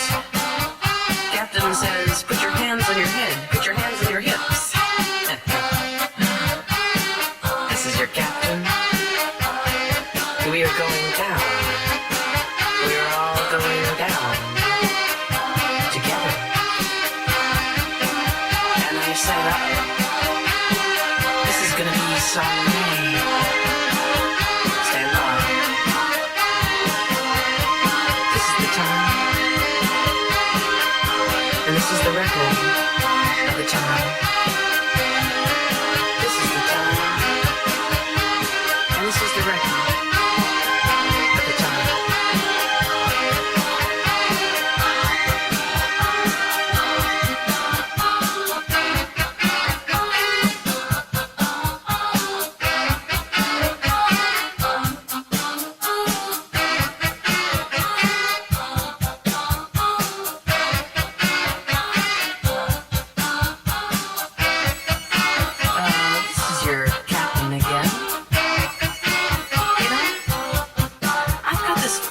Feeling I've seen this all before.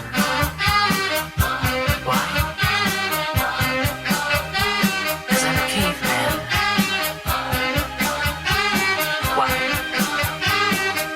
'Cause I've got eyes in the back of my head. Why?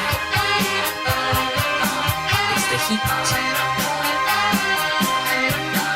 Stand by.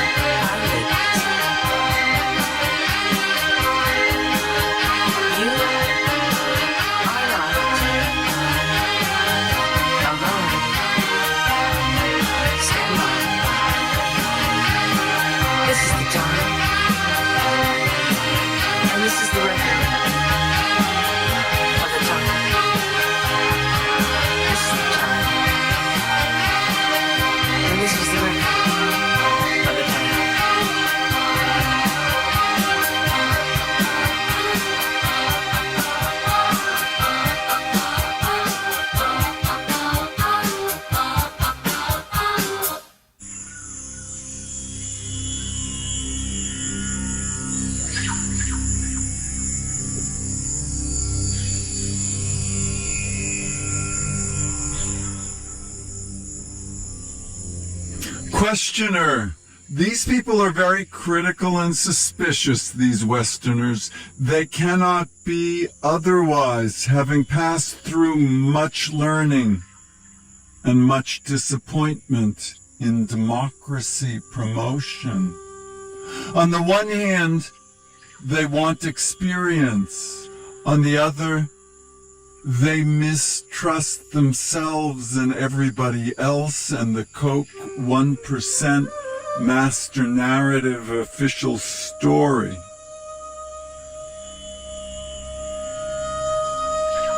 How to reach them, God alone knows. Maharaj, true insight and love will reach them. Questioner, when they have some spiritual experience, another difficulty arises.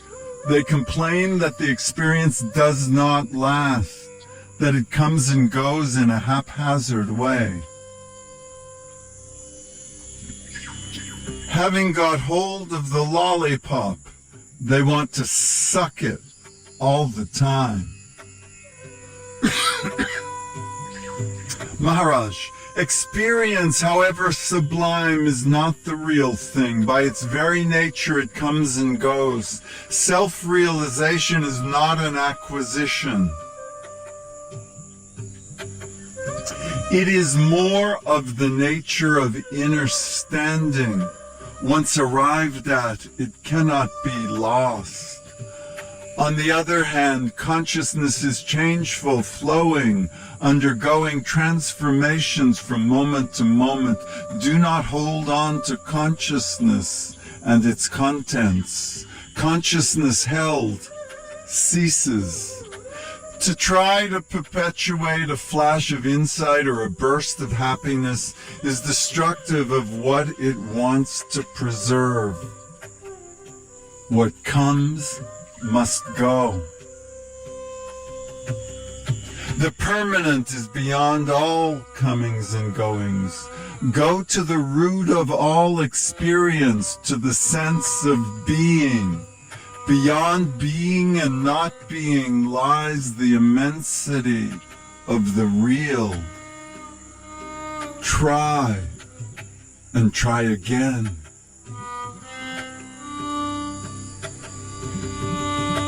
Mean well. Practice intention and intuition. Act in good faith.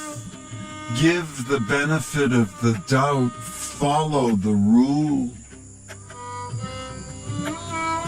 It is what it is, and you eat what you kill.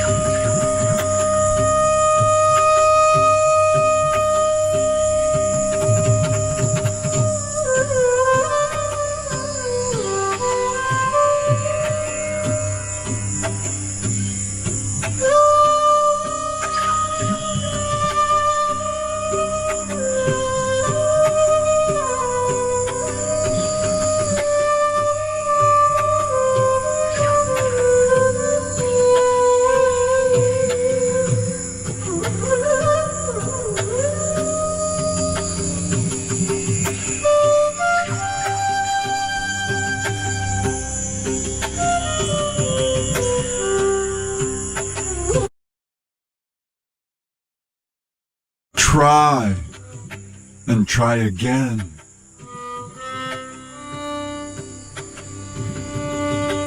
Mean well.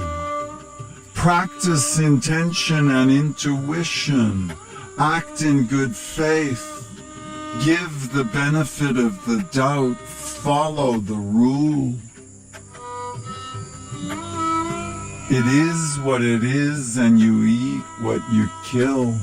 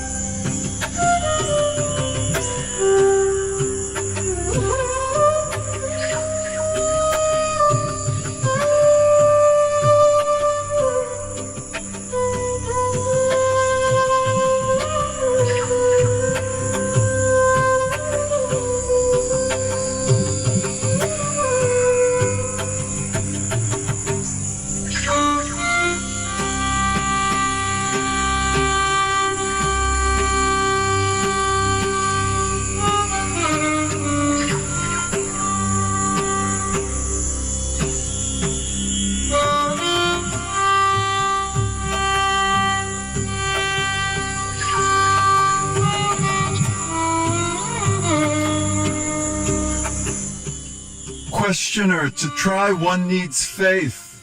Maharaj, there must be the desire first. When the desire is strong, the willingness to try will come. You do not need assurance of success when the desire is strong. You are ready to gamble, to tell the truth about how it is what it is. Questioner, strong desire, strong faith, it comes to the same. These Westerners do not trust either their parents or society or even themselves. All they touched turned to ashes. Give them one experience absolutely genuine, indubitable, beyond the argumentations of the mind, and they will follow you to the world's end.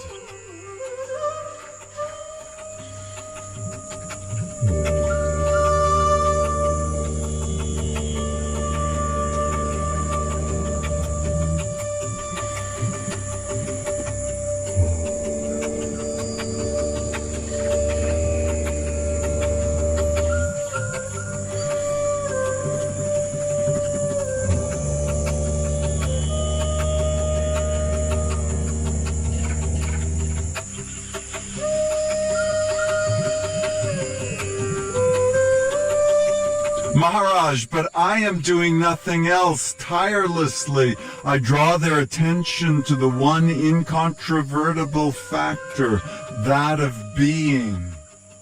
Being needs no proofs. It proves itself. It proves all else. If only they go deeply into the fact of being and discover the vastness, the subtlety, the glory to which the I Am is the door. and crossing the threshold. Crossing the door's threshold, they go beyond. Their life will be full of happiness and life and life. Believe me, the effort needed is as nothing when compared to the discoveries arrived at, compared to Inca, Moksha, Shunyata, Kundalini. You tongue-lin the rage. You remember the compassion, and you remember being inside you. Babe, babe.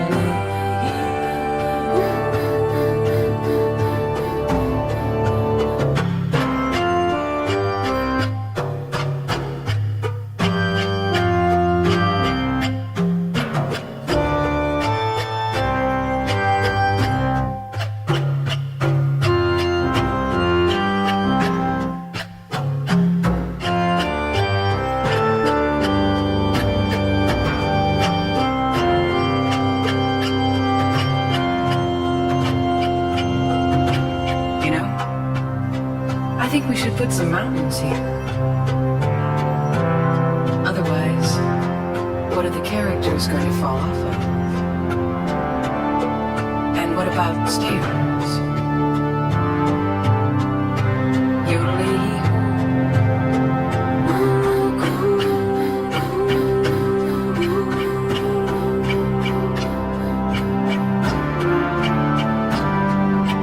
Here's a man who lives a life of danger.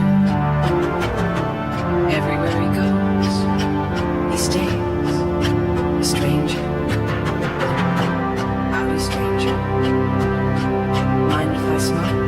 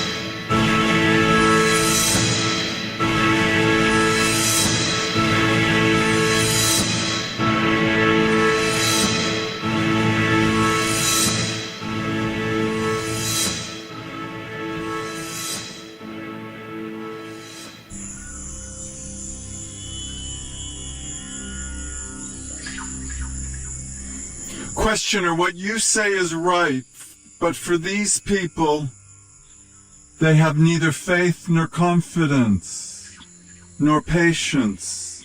Even a short effort tires them. It's really pathetic to see them groping blindly and yet unable to hold on to the helping hand. They are such nice Westerners, fundamentally, but totally bewildered by the Coke 1% master narrative, official story of what success and what failure is, what is gain and what is lost, who is host and who is guest, when to say yes or no. Inside you, babe, you know how it is when it's the way it's supposed to be. Sure enough is the way it's supposed to be.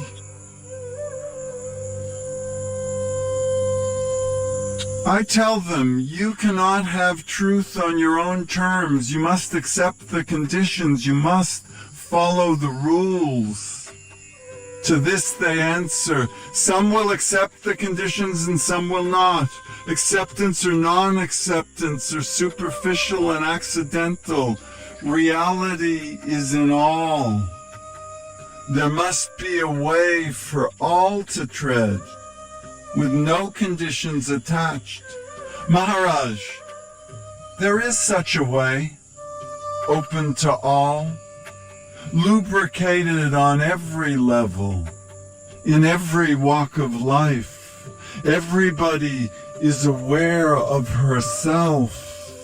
The deepening and broadening of self-awareness is the royal road. The origami pathway along the eightfold origami path. Call it mindfulness in the quilted multiverse. Call it double beta decay. Call it a cognitive reckoning that's coming. With 2020 hypo hindsight, us 36, we can see it clearly coming. With 2020 hypo hindsight, we can only grieve and have mercy on ourselves and ask the Guru within for some kind of win-win in this okie-dokie Gulgan-humored G-spot at the center of gravity. We live here now, on the B-side.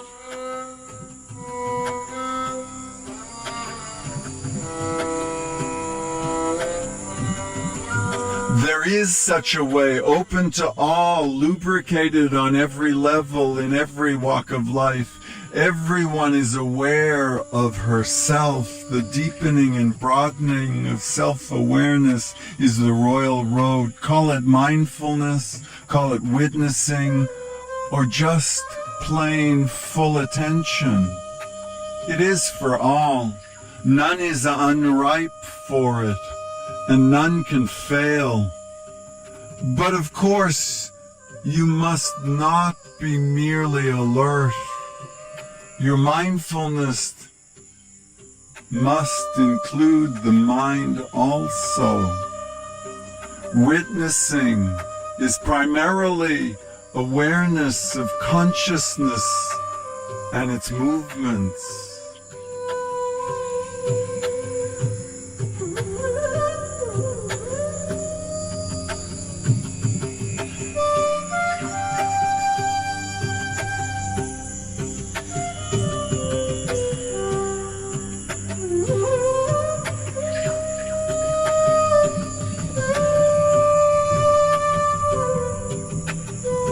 Questioner, we were talking the other day about the ways of the modern Western mind and difficulty it finds in submitting to the moral and intellectual disciplines of Advaita.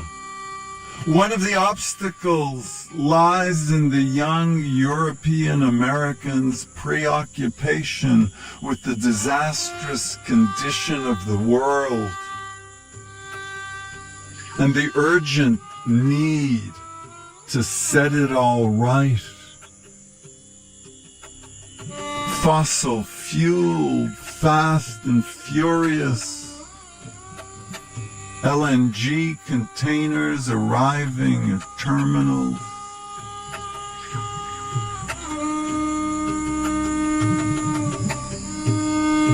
It could make you mad. You embrace the rage, you disentangle yourself from its Gordian G-spot and subsequent 3-quel FGM. It comes and goes, your Tonglin of the outrage, the self-loathing, Homo dynamicus arouses. Can you even get it up to make a boundary?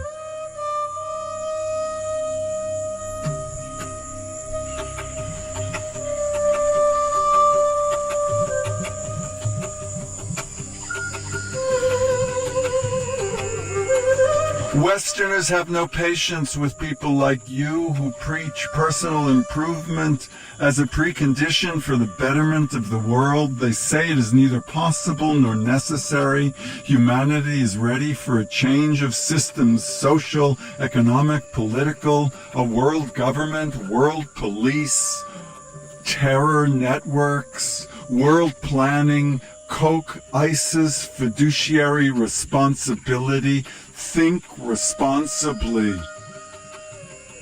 NPR. LOLSOS. The abolition of all physical and ideaesthetic barriers and batteries. Show enough. This is enough. No personal transformation is needed. No doubt people shape society, but society shape shifts. And we're way past the time of ship-shapeness. In a humanocentric Holocene, society, people will be human. The 1% are just like all the rest of us, only more so greedy for power, earnest to have a PTSD, post-concussive NFL, NRA, NSA, prismatic paradigm, patriarchy promotion experience.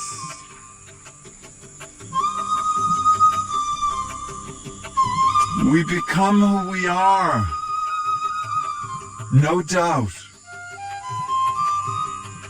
In a humane society, people will be humane. Besides, Scientology provides the answers. Climate Scientology, as brought to you by the Heartland Institute, the Breakthrough Boys. The Innovation Society, the iLab, me, narcissistic necromancy is the order of the day. You follow the rule, omit nothing. Repeat after me.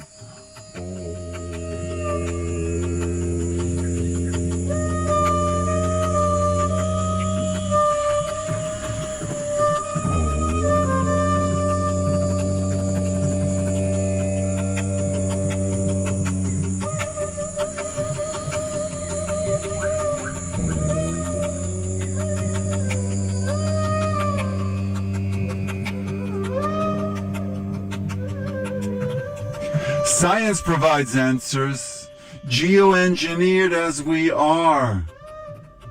Drink your Fukushima Kool-Aid. It's 1491 and we're all Native Americans now. The ports and the terminals, the LNGs and the tar sands, the fracked, mentholated cryonates, the Goldilocks gradient to the hell realms, with the Hells Angels providing security at Altamont. Here we are at Woodstock, 50 years later. Maharaj, no doubt striving for the improvement of the world is a most praiseworthy occupation. Done selflessly, it clarifies the mind and purifies the heart. But soon, man will realize that he pursues a mirage. Local and temporary improvement is always possible, and was achieved again and again under the influence of a great king or teacher. But it would soon dissipate, come to an end, leaving humanity in a new cycle of eco-misery. The holocide is ending.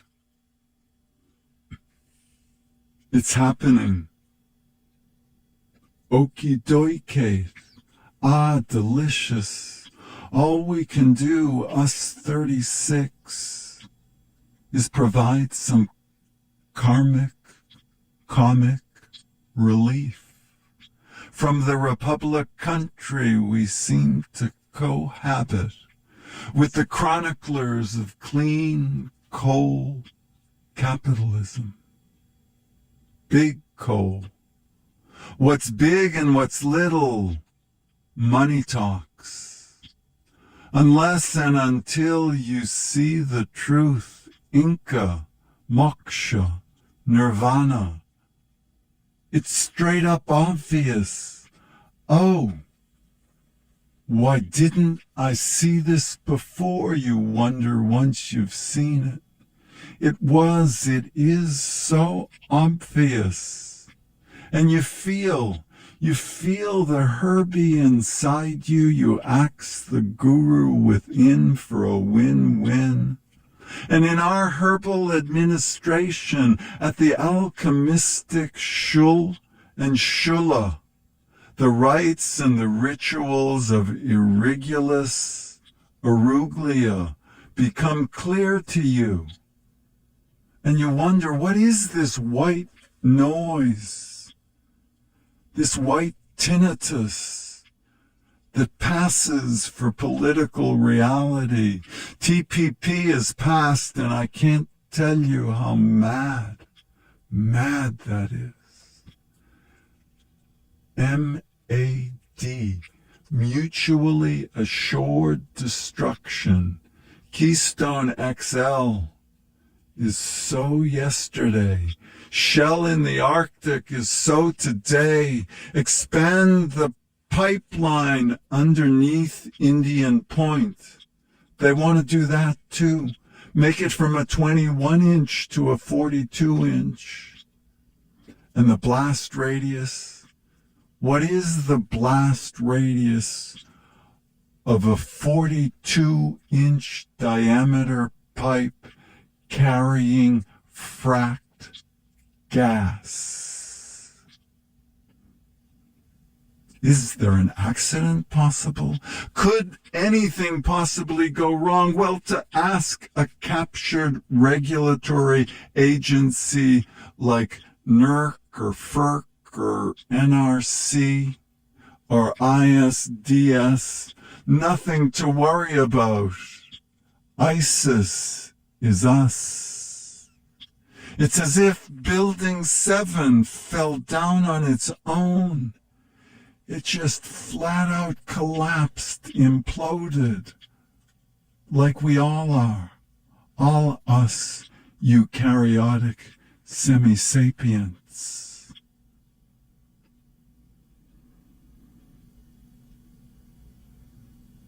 It is in the nature of all manifestation that the good and the bad follow each other, and in equal measure. The true refuge, the last refugia, is only in the unmanifested. The unmanifested. So different from white manifest destiny. Questioner, are you not advising escape? Maharaj, on the contrary, the only way to renewal lies through destruction. You must melt down the old jewelry into formless gold before you can mold new jewelry. Only the people who have gone beyond the world can change the world. Isn't it obvious? The few whose impact was long-lasting were all knowers of reality. For them, it was enough, this realization of how it is, how it's always been, time immemorial. Reach their level, lubricate those levels, and then talk of helping the world.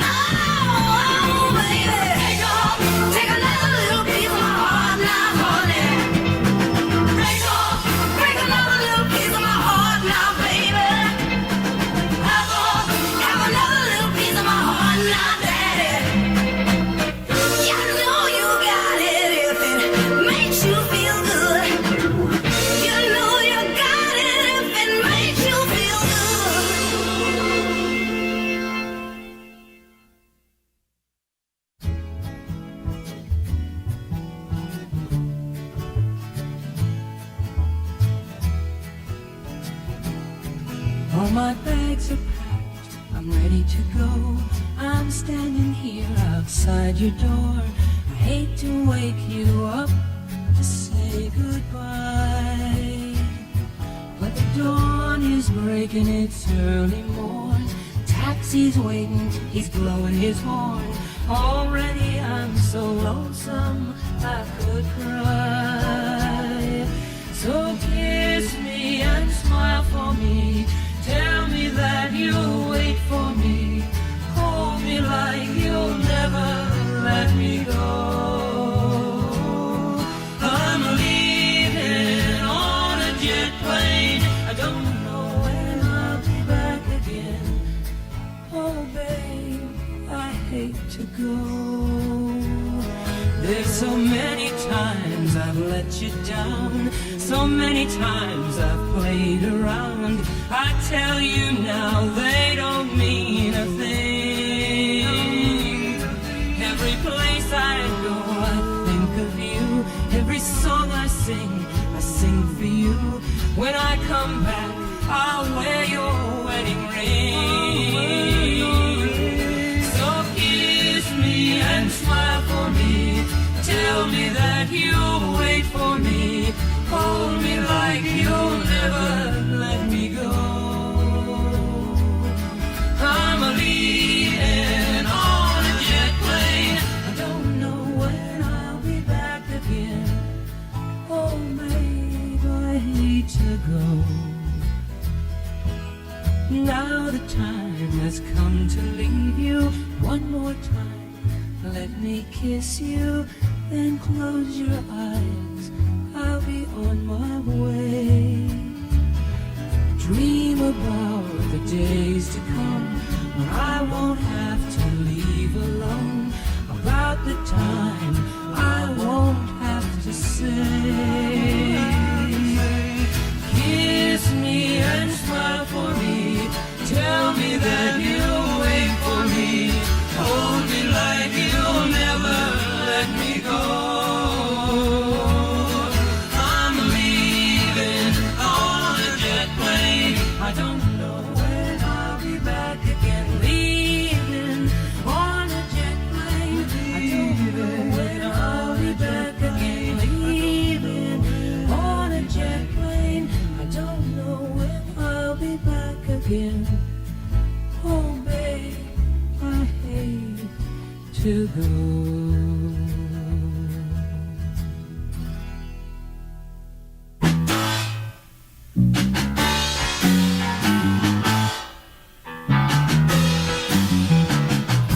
I'm the kind of girl who likes a man around. I want him by my side, where he can always be found. Yeah, he's the kind of man who likes to walk around. And so you wonder why I just don't go and put it down. You see, I'm in love.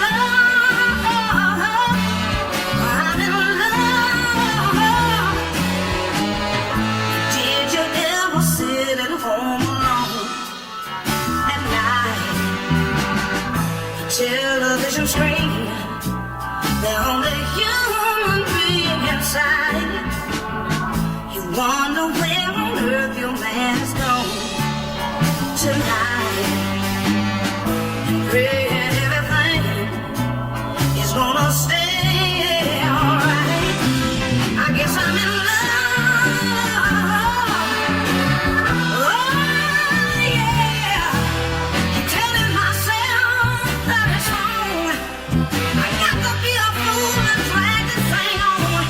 Call it a shame and a disgrace. Call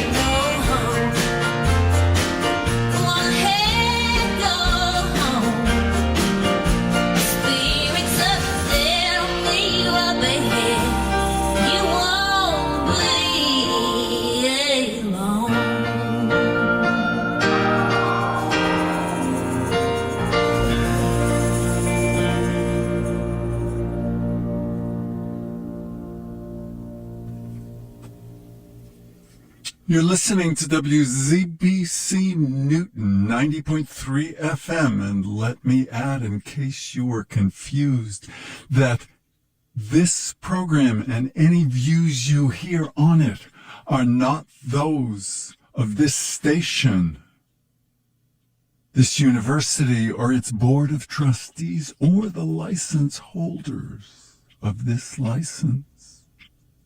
They are truly only the opinions of this host. But never mind.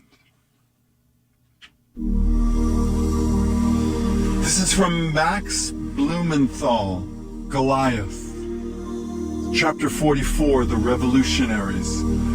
Fresh off its success against the New Israel Fund, countless damaging personal attacks against leftists and professors condemned as insufficiently Zionist, and hearty endorsements from the heads of state, Im Tirtzu's top cadres gathered for a night of booze-filled celebration on August 3rd, 2010.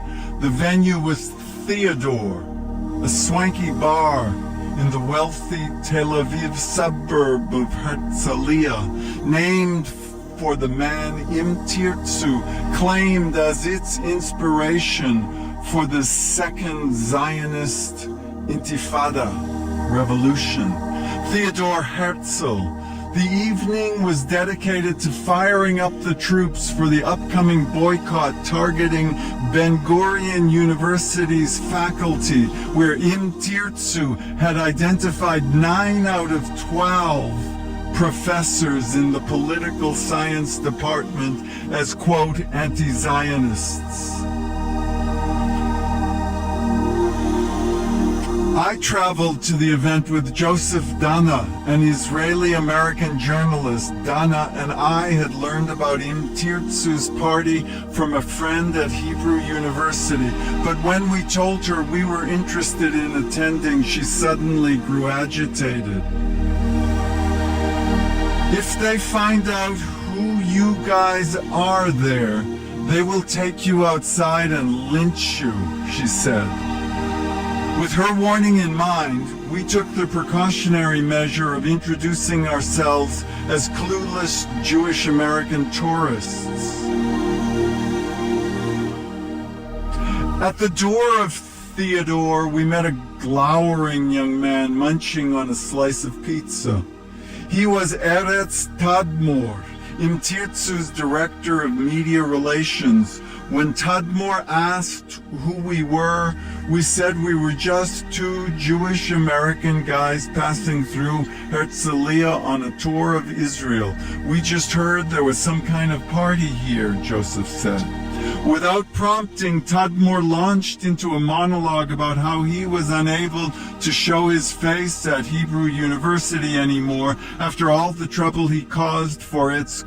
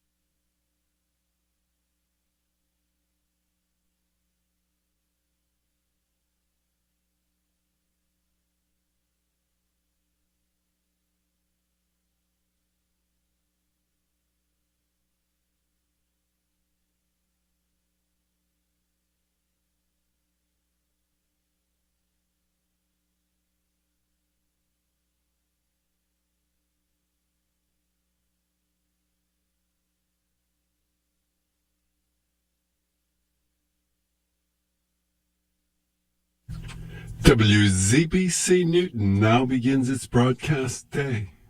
WZBC is a Class A non-commercial radio station broadcasting at 90.3 megahertz with 1,000 watts effective radiated output in stereo.